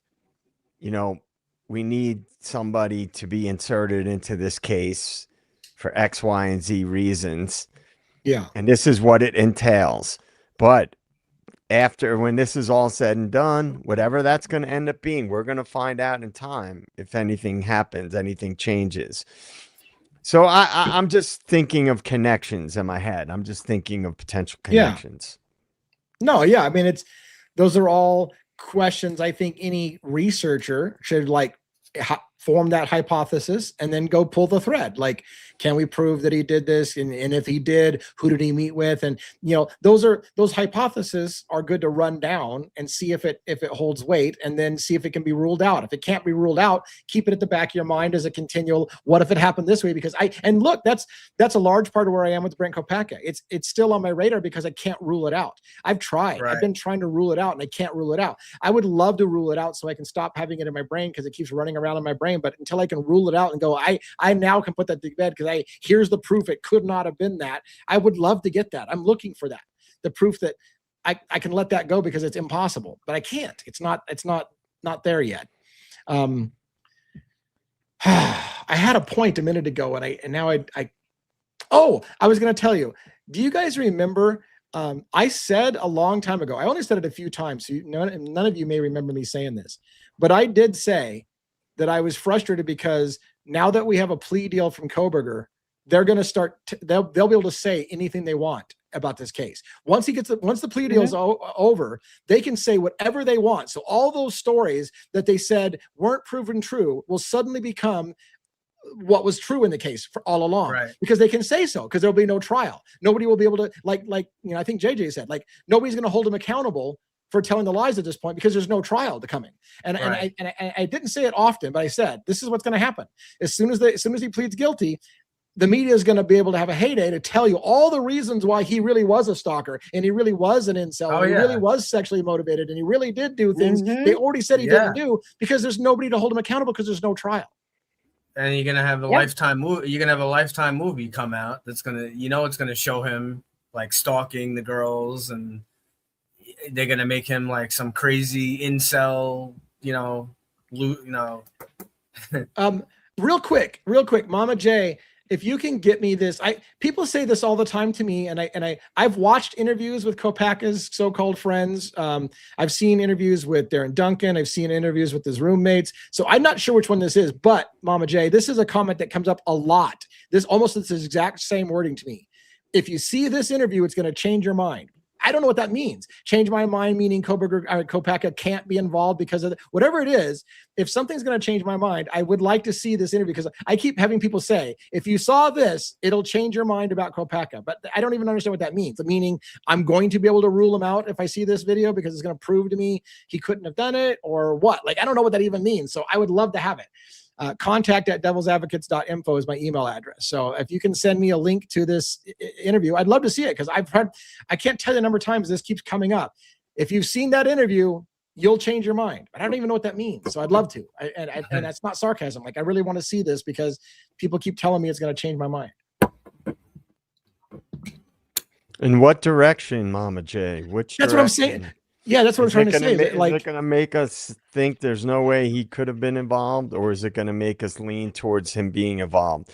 That's what I'm curious too. Like, I don't even know which direction it goes. And I've said, Dago, you're being brought up. Someone said you saw this. I was wondering, Dago. Yeah, do you know what they're talking about? The December 20th video. Is that the one with Duncan? I don't know. Twizzle is saying Dago has seen it. Ask him. Is that the one you're talking about? Is that with his best friend? Because I saw the one with Darren Duncan on the Duncan? If that's what you're talking about, yes, I've seen it. No. Okay, which one is it then? Thought Riot. Wait, are you talking about the one with at the hotel where they're I've seen that one too. Down and all that? I saw that one too. Yep, I saw that one too. That's not the one I don't think either. Because that's not with his roommates. Is there another one then that I missed? I saw another one that was like, this is the Darren Duncan. I did cover the Darren Duncan one. Sorry, Joe. Yeah, I've watched the Darren Duncan interview as well. I don't know what changed my mind about that. In fact, I came away with more reasons to suspect because Darren Duncan flat out said, I think they suspected that Brent Kopaka, my friend Brent, was involved and that they were overzealous to shoot. And when we got there, his room had no furniture and his phone was on the counter and it had been factory wiped. And we thought that was fucking weird. So those are the things that I got from it too. Those are some of the things that made me think, well, shit, if even his best friend thinks that they killed him because he was involved with Idaho, or they thought he was involved with Idaho, that says something. But there's things in that interview, I think a lot of people are saying. None of those, she said. Yeah, none of those. Marty saying so whatever this is, I haven't seen it. Thought Riot is who everybody else is saying. Twiz said the one that I'm talking about. Marty Fodrell said Thought Riot, and I guess they have video too. Mama J said it's none of those, so it's probably the Thought Riot one they're talking about. That one I didn't see. That at least I'd like to see it because of how many times people say it's going to change my mind. And here's the thing. I will be honest. If it does change my mind, I'll tell you. And if it doesn't, I'll be polite and tell you, sorry, I don't know what you guys saw, but it didn't change my mind about anything. I'll let you know how I feel, honestly. But are you talking about his neighbors? Is that who you're talking about, Mama J? The one with the neighbors? For 2 months. Marty said she's been trying to get you to look at it for 2 months. Well, send us, get us the link and we will. I didn't think Thought Riot was still up on the internet. Send it now, man. Let's go. Stuff is still up. I'll go look at it tomorrow. I have no problem with that. I will guarantee you if we get this shortly. And look, here's the thing. I don't know if you guys realize this, and I'm sure Dago's probably the same way. the amount of incoming information I have is insane. I've got Discord channels that people are throwing hundreds of documents into my Discord channel almost daily, videos from every YouTube creator out there. You got to see what Pop just said. You got to see what so-and-so said. You got to see Birdie's latest video. You got, like, every day I'm inundated with information. I can't possibly keep up with the case. So there are going to be people out there who'll be like, I sent this to you 3 months ago. You're just ignoring it. I'm not ignoring them. I'm overloaded. I'm overloaded and overworked. Like, I'm trying. I don't even know how people do it. I don't know how they do it. I'm working my fucking ass off, and there's just not enough hours in the day. They got our you got our attention now. So we all right, here. But now that you have you've got my curiosity. All right, I'm gonna throw this. Hey Lee, I'm throwing this in the back chat for you to grab, and then there's a bunch of shit of theirs that they did. You can go pull. I think I'll find out tomorrow which one they're talking about, but there's a few of them. But there's the link to the channel. Okay. And there is 1, 2, 3, 4, 5, or 6 interviews, or like different videos that probably could be the one. So there you go. Okay. All right. And to be fair, here's the thing, real quick about that. Here's the thing. I appreciate that, but and this is no busting your balls, Dago. But this is what people do to me. They'll send me a link and say it's one of those videos. I don't have time to go watch all this guy's videos. That's what I'm gonna do. That's what I'm gonna do. If you say to me, I need to see a video, help me see the video, not give me somebody's YouTube channel. I'm not busting your balls. I'm not busting your balls. I get that all the time. Here's the guy's video. Go find it. It's one of those videos.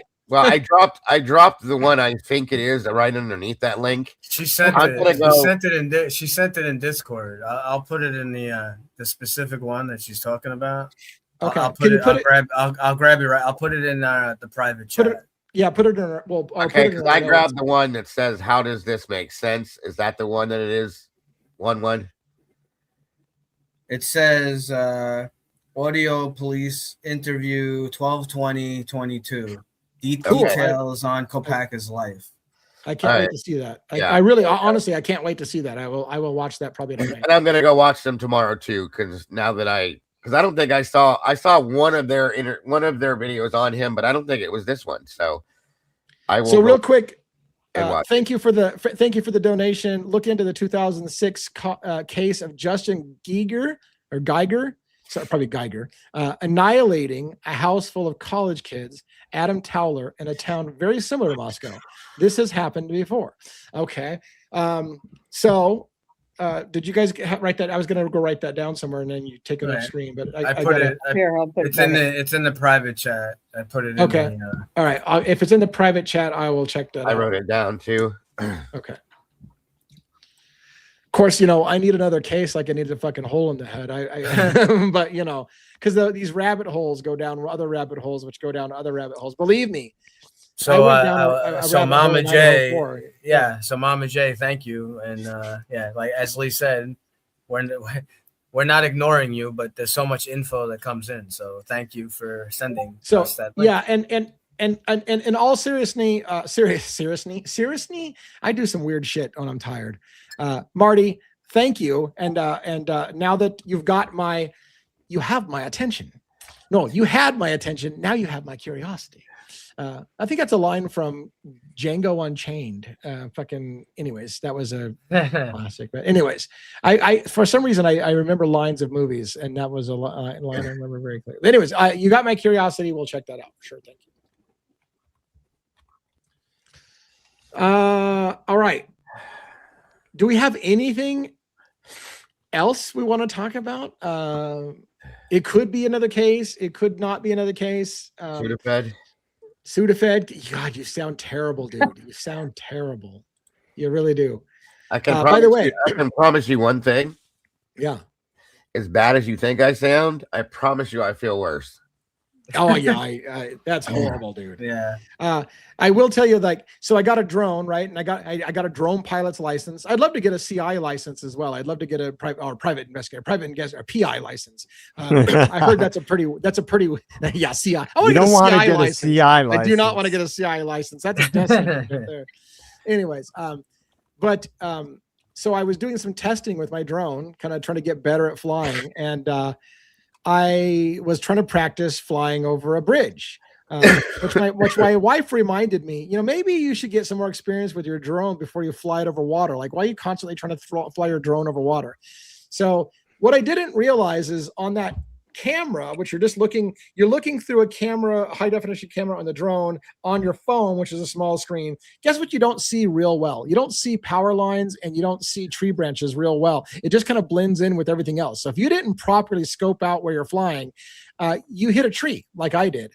And I hit a tree over a bridge, and it instantly stopped my drone midair and dropped it straight from the sky down to the ground, crashed onto the cement on the bridge, narrowly missing dumping into the water. I thought I had destroyed my drone. The drone did survive, but it was a lesson learned of I need a lot more experience hours with that drone, because those are expensive little toys to look. One time I fly it over somebody's fence line on private property and it runs out of battery or it can't come back because the wind direction changed and it doesn't have enough power to come back, and I drop it. I could lose it on somebody's private property and never get it back, or I can drop it in a creek and never get it back, or drop it, or like it's easy to lose a really expensive toy. So I'm now a little bit nervous flying that thing. I think Twizzle wants to come up. I don't know if he wanted to show the video that we've been talking about. I don't know if it was that or it was about something with Cy Ray. I think. Yeah, it's with Cy. He said he wants. Do you want to know? Before that, he said, "Do you want to know what Cy Ray told me?" Oh yeah, I think I've heard some of that. Yeah, if you guys want to talk about it, sure. We can do that. Let's bring him up. Let's I'll roll the dice. Back. Guys, I'll be right back. Okay. All right. Invite guest. I put the link in the chat. Okay. T-Wizzle. T-Wizzle in the house. The first time I met Twiz, I actually met him at the Kohberger at the courthouse. That's right. You met him. Yeah, I met him. Yeah. And I didn't know who he was at the time. I had never seen him, and so this guy was on the grass, outside the courthouse waiting in line like me. And he's like, "Hey, aren't you Devil's Advocates?" And I'm like, "Oh, you know who I am?" And he's like, "Yeah." And I'm like, "Okay." And I was like, "That was weird." And then then people were like, "Well, yeah, that was Twiz." Like, "Oh, okay." Like, I never met the guy. You sure you didn't think it was some Amish guy following the case first? That what you maybe thought first, because of that damn beard. Right. And so anyways, it was kind of funny. And then I met a couple of other YouTubers there in line as well that I had not really known them. And so it was kind of a weird experience that day. But is he coming up? We sent the link out. I don't know. I put a couple minutes to get things registered and get it loaded when he does that. Yeah. But anyways, yeah, that was and then wait a minute. Again, give me the link. If it's in your chat, he might be in my chat. I might have to drop it in my side. So okay. Put the link in back chat real quick and I'll drop it over there. I just now thought of that. Can he join from your side? Yeah. As long as he's in. Yeah, this is the same as a URL link. He's in, Robin. No, he's on screen. He's on screen right now. He probably just bounced over. What's up? Hey. He was dream. I'm getting my earbuds. I don't know if you guys can hear yourselves through the speakers. Yeah. No, I don't hear an echo. You don't? Perfect. No. Because I don't have my mic with me, so I'm just on my laptop. Yeah, you sound fine. Sounds good. Yeah. If you guys want a little presentation, I can tell you what Cy Ray told me, and I can show you how it's 100% possible that Brian Kohberger was not in Moscow that night. Yeah, and if you don't mind, if you can do so, kind of give us a summary of how you got to have that private conversation or personal conversation with Cy Ray, and then tell us what he told you. Yeah, I could do that. Give me 1 second. Let me get ready here. All right. But I was at the hearing when he was on the stand, and I just asked him after the hearing about a tower because I was trying to figure out how all this cell stuff works. And I'll show you the tower I was referring to. Yeah.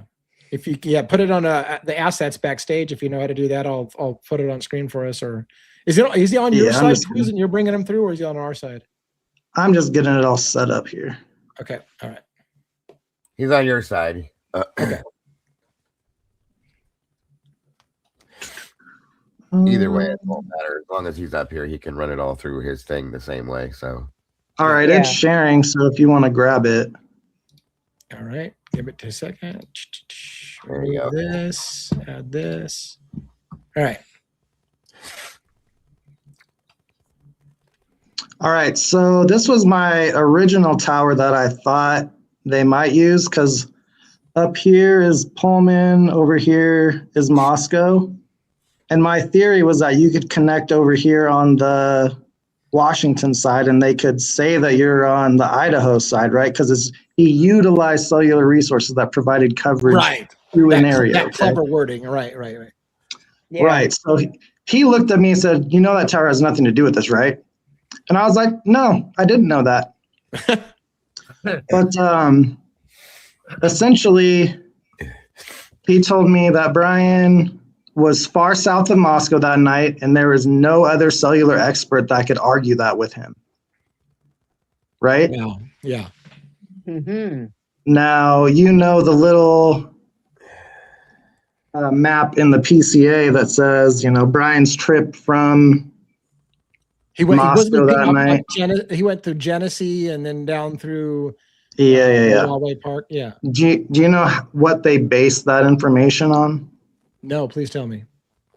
Well, if you watch the hearing, Lee, they asked Brett Payne, and they said it's based off of his cellular records, right? Which one of them would be a call detail record, and these call detail records are kind of funny, and this is kind of a side tangent, but they kind of tell you like when people call and text each other, right? Right. Yeah. Right. So like it's kind of hard for Moscow to lie about when calls and texts are made, if you understand what I'm talking about. Sure. Right, side tangent. But anyway, so they based it off of his cell phone record, right? So every time you like call and text somebody, it'll put down, the time, blah, blah, blah. But most importantly for this presentation is the cell phone tower you connected to, right? Okay.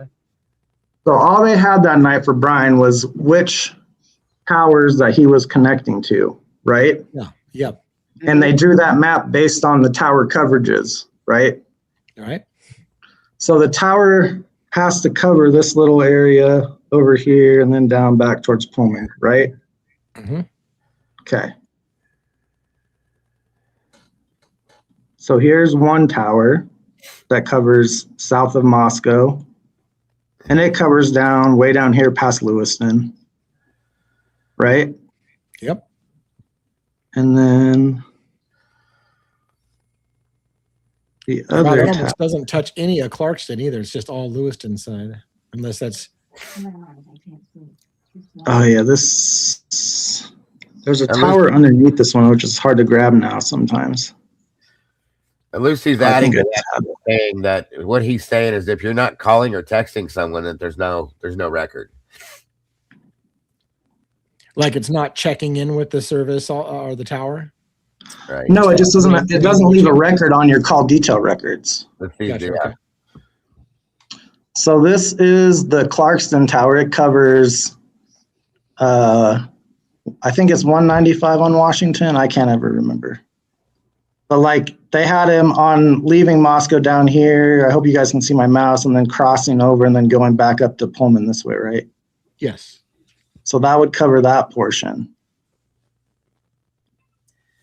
And then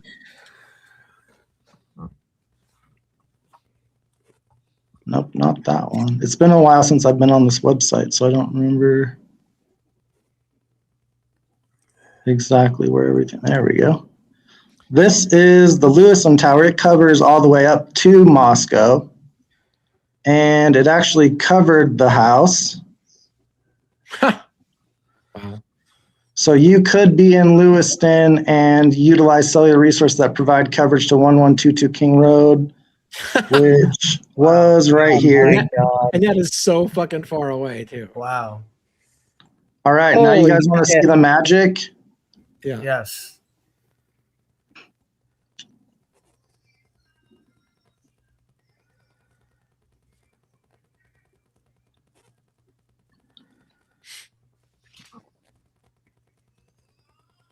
And I'm just going to do this one. Hopefully you guys can get it. So this map shows the route, like it shows the tower coverages from Moscow. That's a terrible snip. Let me redo it. It's hard on the small screen. I did it before on my bigger screen.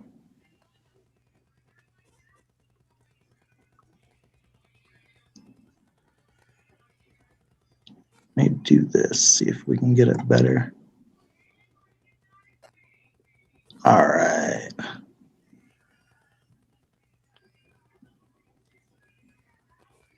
All right, I'm going to have to stop sharing and then reshare something else. Yeah, no worries, no worries. But yeah, and while you're looking that up, I mean, that's it sounds like where you're driving to is the same thing that they've been doing with everything, which is clever trickery with the wording that leads a person to believe it's saying something that it's not saying. And it leads you to come to a conclusion that they didn't say. And in fact, what they would do is they'd cover their ass. Well, we didn't say he did this or that. You implied that, and they knew you were going to imply that. That's why they worded it that way. But, yep. Words matter. Word salad all the way around. Yep. That's crazy. The biggest part, Twiz, that you're saying that is the biggest shocker. And again, you know, I don't know you well enough to know, you know, anything about you really. But when you say Cy Ray himself is saying Brian Kohberger was never in Moscow, that's a big deal. Like if Cy Ray didn't believe Brian Kohberger went to Moscow, and that he would have testified something, that was the $1 million question. As you're looking this up, the $1 million question was, I always said Cy Ray didn't seem to say he was going to come out and provide an alibi for Kohberger. He was simply, it seemed to me, all he was really saying was, I know what you're telling me that you have and don't have is a lie, because I know you do have the timing advance records and I can prove it. I've seen how you got it. I know you have it and you're lying about it. But it wasn't necessarily saying, and that means Kohberger didn't do it. He was just, I think he was just going to say the map that you created, that Balance created is you couldn't have created that map without having detail or information that you say you don't have. That's how you create it. But that information is enough that he would have given to make you look at Brian in a different situation. You see what I'm saying? Yep. That's 100%. And when it was explained to me, even though Twist said I didn't pay enough attention in class, which he's probably right because I had too much other shit going on. But he's right. You know what I mean? That's absolutely right. And that's the thing. That's they would not. I think Hitler knew that too, because that's why he would not allow him to say a fucking word. And that's right. And that's why Ashley Jennings didn't want anyone else to know that there were 3 towers versus just the 2.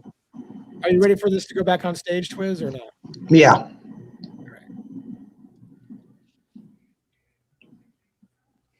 All right. So this is the route that Payne said Brian possibly took that night. I'm trying to make it a little bigger here. Are you serious, Lucy? Did that really happen, Twiz? What?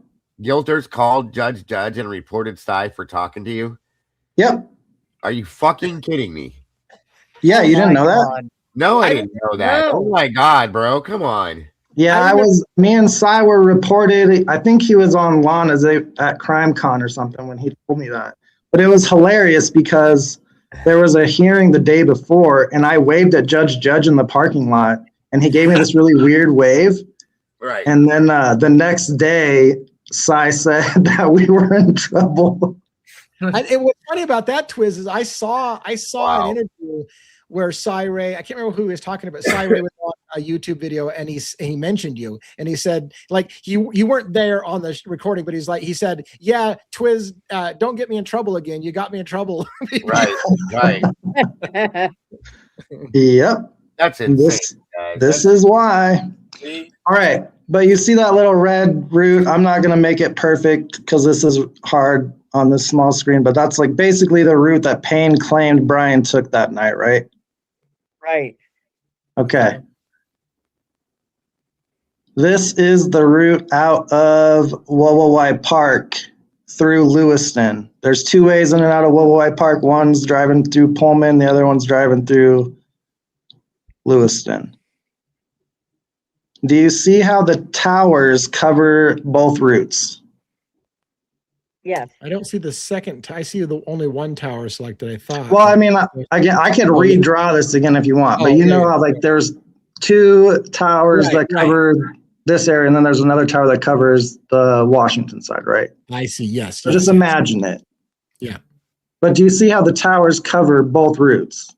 Yeah, yeah. So when they're saying that he was going through Moscow, even though they don't have any camera footage, they can't place him in Moscow, nothing.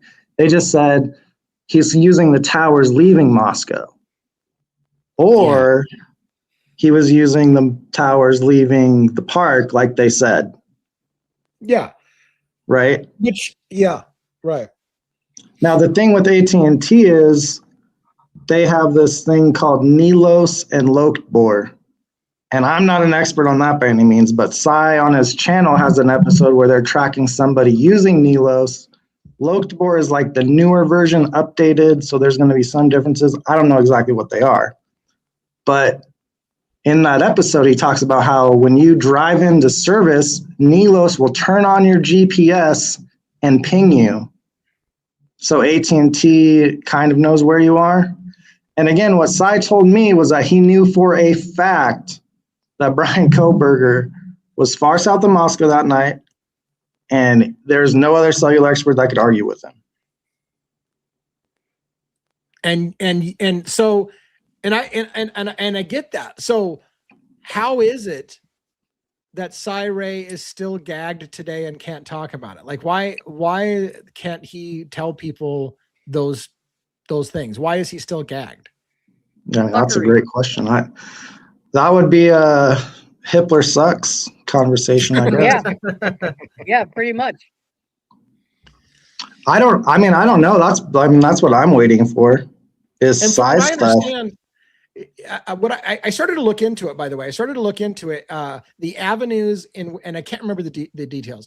There's avenues that could be pursued to allow Sai Ray to talk about it, but it can't come from the public. It has to come from, I can't remember who it was, some entity, some business entity or something like that. Like maybe AT&T would have to do it. Like somebody can compel Sai Ray to basically be able to speak against the gag order, but it can't come from us. So I can't remember what the technicality was, but it was one of those things like, well, shit. I mean, it'd be nice if somebody could get his gag order lifted or compel Hitler to let him talk, but it can't come from the public. It's got to come from somebody with a vested interest somehow in the case, and it's like the Innocence Project or something like that. No, it was something like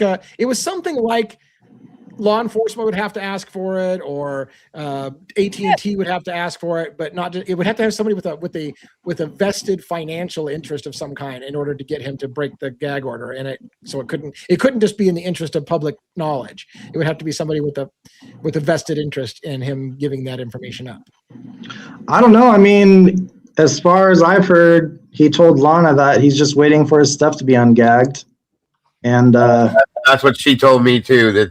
That he wants to speak on it, which I can't imagine he wouldn't after what dipshit did, that he wants to speak on it, but wants to make sure that he's got all his bases covered, that he's completely ungagged, so that way they can't come back at him with any kind of repercussions for anything he says or does. Yeah. He does work for the Justice Department now, though, so. Yeah. And that could put a little damper on some things, too. Sure. Even though he can't tell when Moscow lies about when calls and texts are made, though. Right. Yeah. Right. Yeah. You know what? And the working for the Justice Department thing bugs me again because if you know, I'm gonna just, maybe I'm wrong, but if you know somebody's going to be compelled to testify, you just employ them, and you'd be like, now you can't testify because you work for us and you can't do, like you just beat you beat him to the punch. You're like, well this guy's gonna be. I don't think he works direct. I think it's more of a contracted thing, like he's hired on to teach class. Yeah, that's what I thought. On like the cell phone stuff. So I bet it's more through his LLC or whatever than like he's actually working for DOJ. Yeah, as long as. But that means he has DOJ contacts, so I think it's a good thing. Yeah. Okay. Well, good. That's good. I mean, I hope so too. I hope, because again, to me, I don't know if people would see it this way, but to me, you're close. If Cy Ray were able to say, I can guarantee you his phone. See, here's the thing. I don't think you can guarantee Kohberger. You could maybe guarantee his phone wasn't in Moscow. So no one has argued that his phone, his car, and himself were not together all night. Yeah. So it has not been argued. Right. So what I'm saying is, if he could say something like that, that's close to what I've said all along. The appeal is null and void if he could not have physically done the crime. Like you can say you did it, but if it's proven you could not have done it because you were in Lewiston, Idaho at the time, then it's off. The plea deal is off. Like that is one of the loopholes that it doesn't matter if you waived your right to appeal. If you could not have done the crime because it's proven you were somewhere else when the crime happened, then it's off. Yeah, the timing on that's actually pretty interesting because, his phone was off or not connecting to the towers. I don't know which way you drove down to Wobowai, but if you drive from Lewiston to Wobowai, there's hardly any cell phone service. But they would basically try to argue that Brian raced down to Lewiston so fast that it would look like he couldn't have got there in time. Joe and I drove the route. Yeah, you went Joe there. and I drove the route that we thought he drove. Which so if you were okay, how do I explain it? So I would assume that he drove from Pullman to Wobowai, then he drove from Wobowai to Lewiston, and then back to Pullman. So I would disagree with only this, Twiz. Let me try to break this logic. I think he went to Wawa. So like the morning after, for example, maybe we're talking about two different times. The morning after, they said he went down to Clarkston, right? And he went. Yeah, I'm not talking about that. Right, but what I'm saying is that route would be Pullman to Wawaway Park, Wawaway to the Snake River, and along the Snake River down to cross the bridge into Clarkston. And then you could cross the bridge over into Lewiston and back up that way to Moscow. But I don't know that they've ever alleged that he did that night. Like No, you don't actually have to cross the bridge. You don't. Yes, you could. You're right. You could stay on the other side of the river or the side that you're on. Yeah. That road you don't have to cross the bridge for, but if you went into Clarkston, you would have to. Right. But I mean, if it's true that he went to the park, which I think it is 100%. I think that's what happened.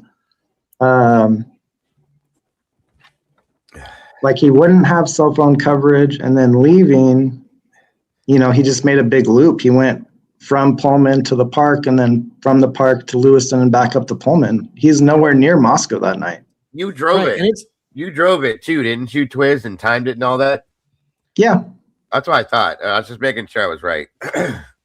Yeah, and Joe and I and I can tell you this: when Joe and I drove it, there was no cell coverage from Wawaway Park, and probably well before that, all the way to practically right when you get into Pullman.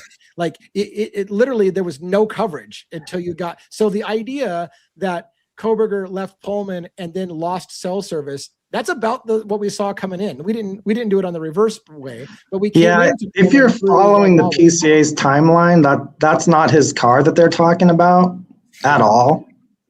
So he had to. I think that he left Pullman a few minutes before they were claiming. No, I believe that I agree with you. I think they're looking at the 2-door with the tinted windows and fucking fog lights that his car doesn't have. Yeah. That's what I think they're looking at. Is the 2-door the one with the fog lights too? Yes. Yeah, those guys are idiots. But I mean, like they weren't trying to investigate. They weren't trying to actually find who did this. No, and that's why they use wording like that's why they kept using. This is what I'm telling. They fucked with people with the wording. That's why they used wording consistent with. Yes, they love that wording. A vehicle that was consistent with suspect vehicle 1 doesn't mean it is suspect vehicle 1. It's just consistent with suspect vehicle. They know that it wasn't the same car. Yeah, it's the biggest bowl of word salad I've ever seen in my damn life. Every bit of it. But yeah, that 2-door had tinted windows, fog lights. Everything else looked the same, but it was a definite 2-door, fog lights, tinted windows, and there was more. From my understanding, there was a statement put out there that they saw more than one person inside that car. Well, yeah, the original Bolo said person or persons in that white Elantra. Yep. Mm-hmm. We need to speak to you. Yep. So there again. Why, yeah. And this is why when I said my first video, and again, I'm not saying I'm still on this, but that's why I said in my first video, no one ever saw the driver in the suspect vehicle 1. You never saw the driver, and therefore also never saw how many occupants were in the car. So if you go along with the idea that multiple perpetrators may have done the event, you don't know that car didn't have a group of 4 guys sitting in the car and they all got out together, or 2 guys or 3 guys. Like, you literally don't have any image that shows the driver and or occupants to know how many people were in the car. And I'll be honest with you, Lee, if you look back and go back, here's my opinion at least, okay? They know who's in that 2-door car, okay? Yep. They know exactly who's in that car, in my opinion, okay? And I think that they know exactly, like, where it was, when it was, all that kind of shit. And at this point, it's almost like they mapped it out on purpose the way they did, okay? I don't think they care about that white car. They were trying to pin it on Brian. Right, but they don't need to know who's in that car. I don't. Well, I they might know who did it, but I'm just like, they might know who drove. I'm just saying, like, they don't need to. It was used to pin blame on Brian. Right. And you probably have heard. I know, Twiz, you're in our chats quite a bit. You may have heard me say this, but I did a FOIA request with the FBI on the expert that identified the 2011 to 13 Elantra and how they then changed it to 2015, and whether that they had any discussions in their records about the fog lights.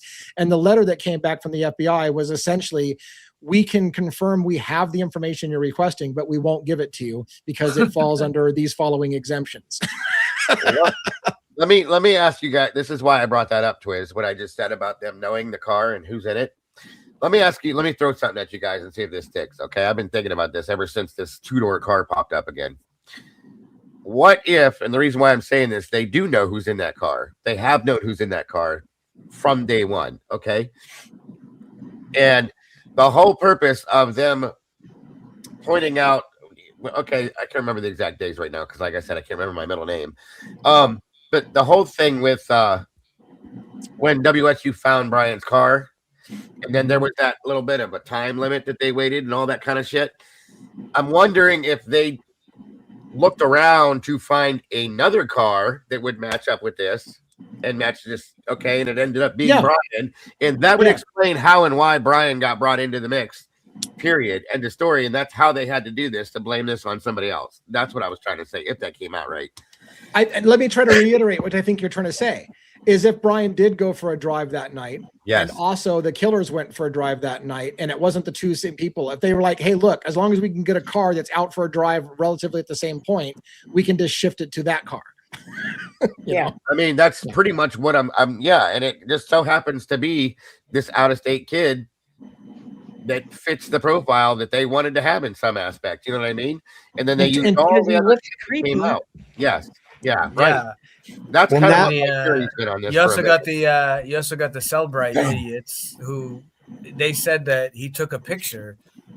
There's a picture that apparently he took, but they were like, "Oh, but that could be because obviously, if your phone is off, your phone is off, you can't take a picture if your phone is off." So that's what they're saying. Oh, the phone. The picture is hold on. Let me play devil's advocate. Could you not turn your phone into airplane mode, for example, and still utilize the camera on the phone? So the phone could be turned on and still not have connection to cellular services. It would still let you take a picture remotely to your phone, or Cellbrite is saying the phone was turned off. Yeah, but they're saying the phone was off. Therefore, the picture is fake. That they're full of correct. shit. Yeah, if the phone, that's what they're saying. They're double. Well, I don't think anyone has said he took a picture that night. Yeah, somebody said that there. Yeah, I don't know if they said it was him, but didn't somebody say there was a picture of a meteor or something like that was taken on a phone? There was a meteor shower. Yeah, Celebrate. They said that there was a photo, but they didn't. They kind of like just dismissed it because there's no way he could take the photo if his phone was off. Oh, so there's. If you want to look at that picture, have an astronomer. Yeah, right. You could recreate whether that. And they're going to be Right. There We're was gonna be a able to look at that. there was a determine shower whether that that night. picture is fake But we or not. haven't. But Yeah. they haven't shown us. We haven't seen this photo. Yeah, so- we have Well, photos there is an interesting thing because I've heard that there's actually no way for Cellular to know that if your phone is switched off. Like nothing says your phone is switched off. Yeah, on if you Cellular. have an Well, Android phone, if you have an yeah. Android phone, right? It doesn't. There's no. That isn't recording data for the phone was switched off, kind of thing, is what people have said. And then they go as far as saying that we could see him turn the button off. Right. No. I mean, Yeah, I'm not buying it. I think that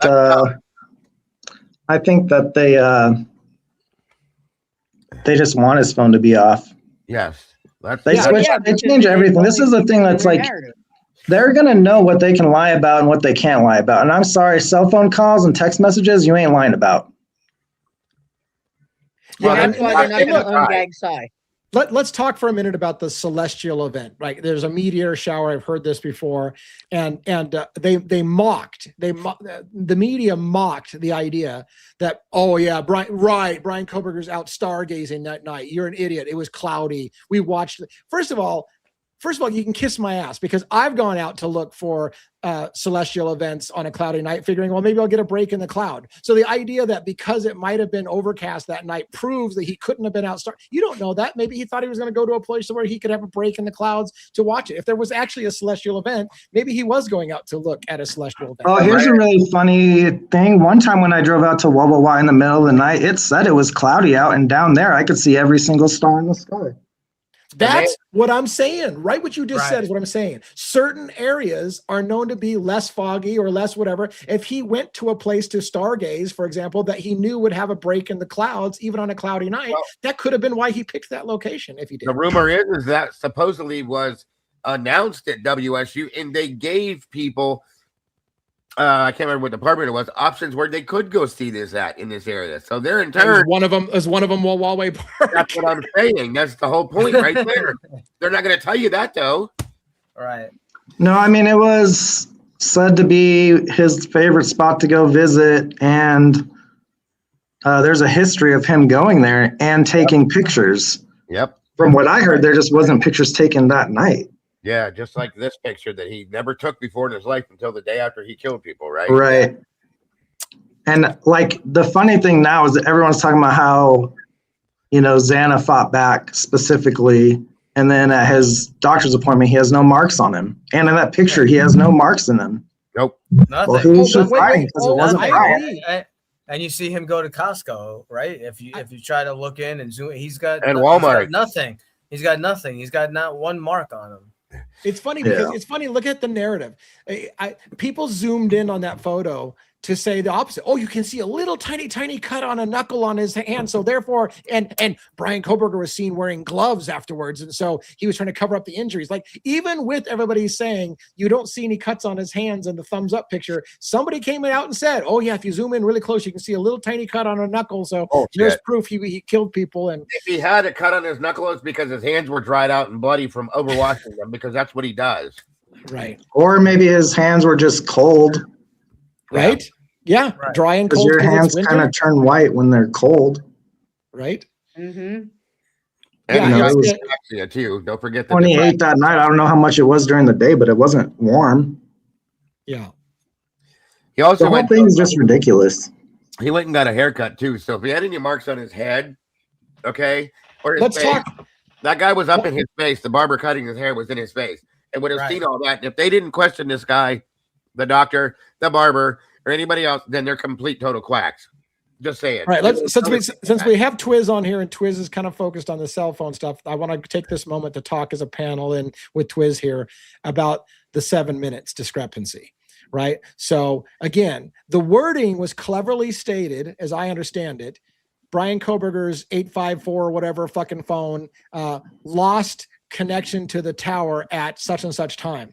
And Ann Taylor and Cy Ray together, it seemed like we're going to say, no, it was actually 7 minutes off from that. And as she said in a court thing I saw, the 7 minutes matter. That 7 minutes that you're trying to lie about when the phone lost connection matters.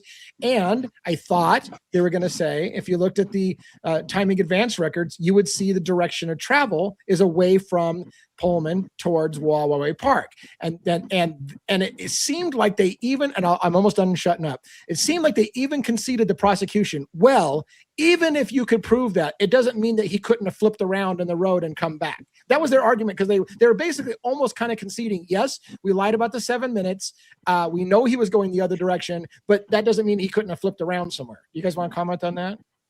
No, that's absolutely what they were doing. And they did lie about when his phone stopped reporting to the network. Yep. This is what happened. I believe it was he was using data, which does show up on the CDRs as well. So like CDRs, there's several levels of them when you're getting warrants for them. Like the basic CDR doesn't show data, but like a higher up warrant does, is how Cy explained it to me. Right. Or explained it to us, because it's on one of his lives on YouTube. But they just used that when the data started. It was like the last file before it stopped reporting to the network, right? But they went from the start time, not the end time. So the data session ended 7 minutes later, but they said that it ended when it started. And the reason why, if I'm understanding it, the reason why is because the start of it puts him closer to not having left Pullman.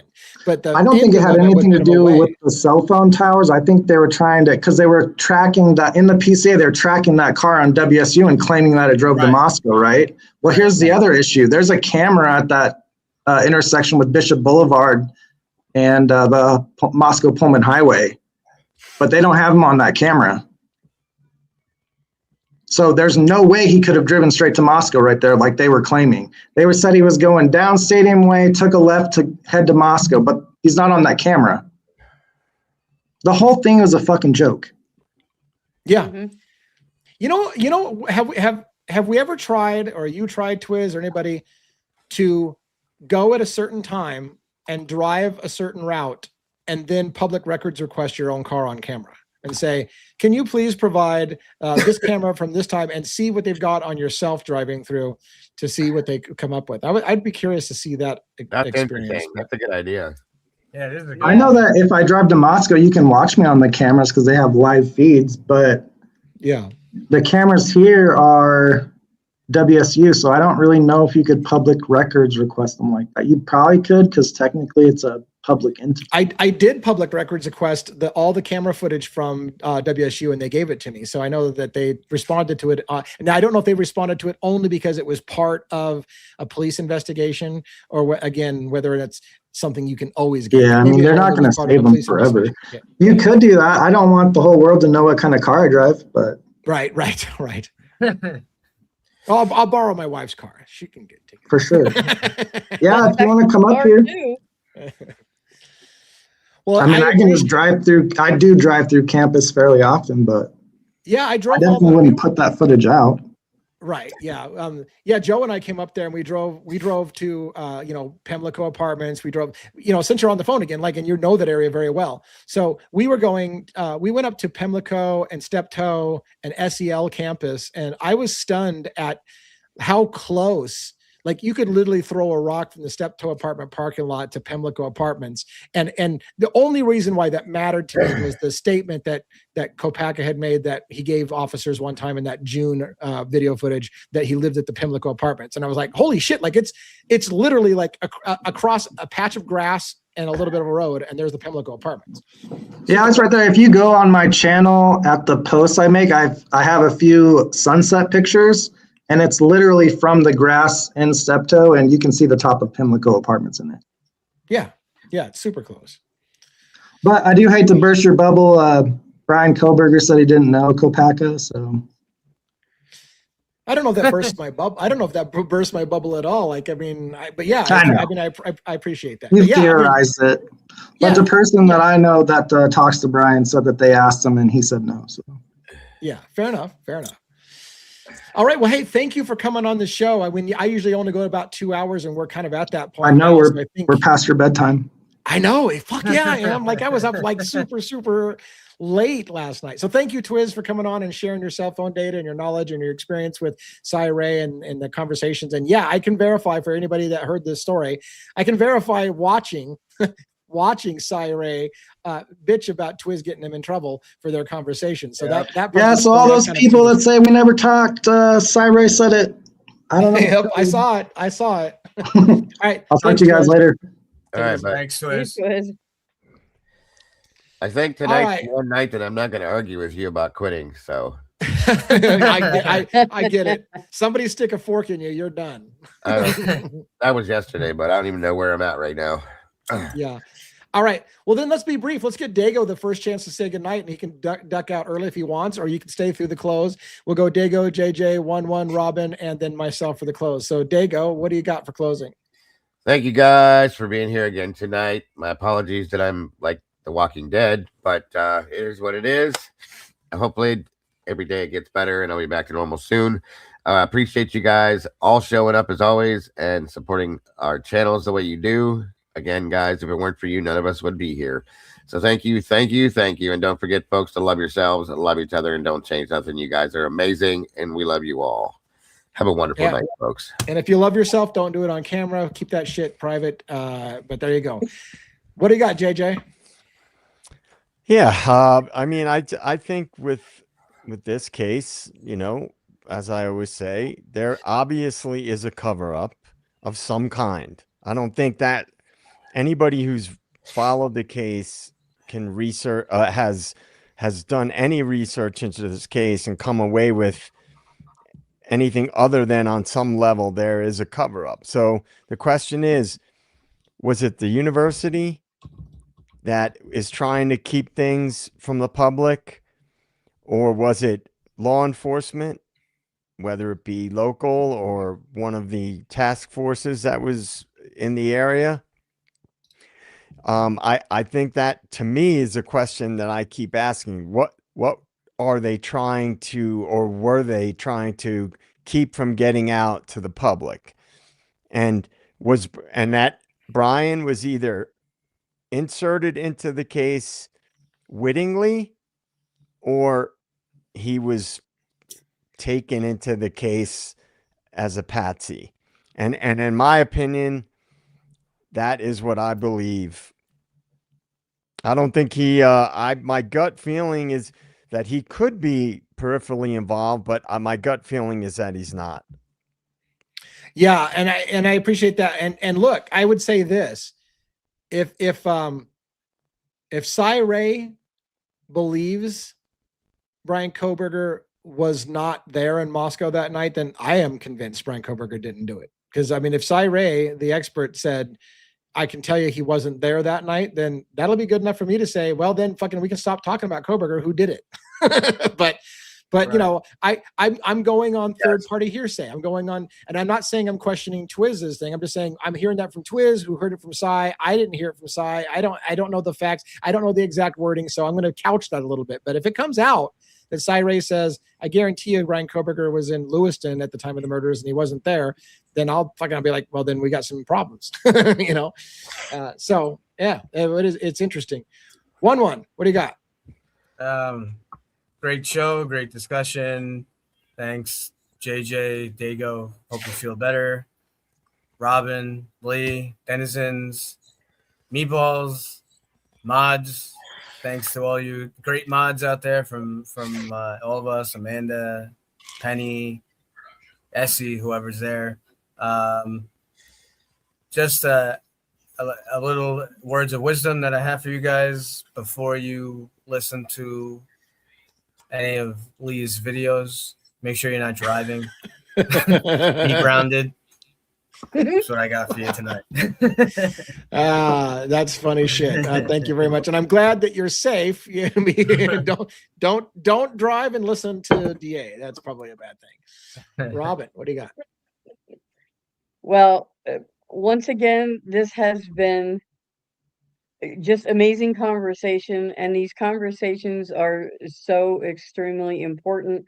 We have to keep asking these hard questions, even in the face of criticism and kind of adversity, and to keep the dialogue open around theories while still using as much fact as we possibly can, because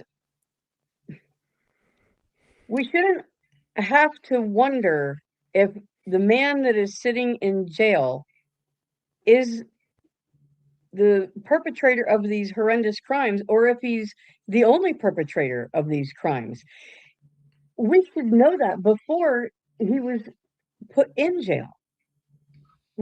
There should have been a trial, and it's really sticking in my craw. You know, you said it earlier, Lee, about the whole grand jury thing. That should not even be a thing anymore, because that's like having a trial without even having the defense there, and I don't understand that at all. So we have to keep pushing, folks. Thanks to each and every one of you for coming out. We, you know, Dago's so right. We can't do this without each and every one of you, whether you watch live or on the replay crew. So thank you all, one and all, for, you know, supporting us like you do. I appreciate that very much. And I think as a, you know, to play devil's advocates with why is the grand jury system in place? I think it's designed, supposedly, the way it was, I think it was intended to work, was it was going to be a check to make sure that we didn't needlessly waste taxpayers' money going after people in which the evidence is flimsy. And so they wanted to be able to have somebody to go, let's at least have the taxpayers who have a vested interest in paying the bill for this crime or this trial to say that, yes, we want our tax dollars going to prosecute that trial. The problem is, in reality, grand juries will indict a ham sandwich. It's a one-sided presentation by the prosecution only. They tell the best case that makes anybody believe, of course, that you've got the bad guy and that it's worth going after. So it's a pointless exercise. It doesn't, in my opinion, it doesn't provide the safety valve I think that it was supposed to, of proving that it was worth going to trial, because they're always going to prove that it's worth going into trial. It would be extremely rare circumstances in which a grand jury said, you know what, your evidence is so shitty, you can't even convince us one-sided argument that you got enough to go forward. That would be a rare thing, I think.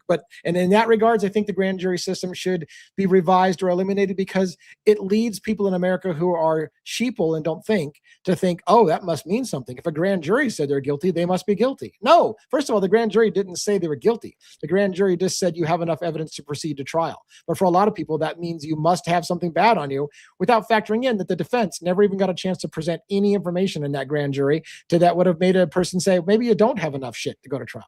So thanks for listening. I hope you guys got something out of it. One of the things we try to do with this channel is educate you on things like that. What is a grand jury? What is a petite jury? What is a magistrate? What is a trial judge? What is an appellate judge? We try to talk about all those little things. Why is it the Commonwealth of Pennsylvania and the state of Washington? What's the difference between a state and a Commonwealth? All those little trivia things come up a lot in our show as well. We try to educate you as well as entertain you and make you spew coffee out of your nose while you're driving down a street in New York. So thanks for watching the show. Have a good night, everybody. See you again next time at 6 p.m. Pacific Standard Time. Good night. Good night, everybody. Good night. Good night.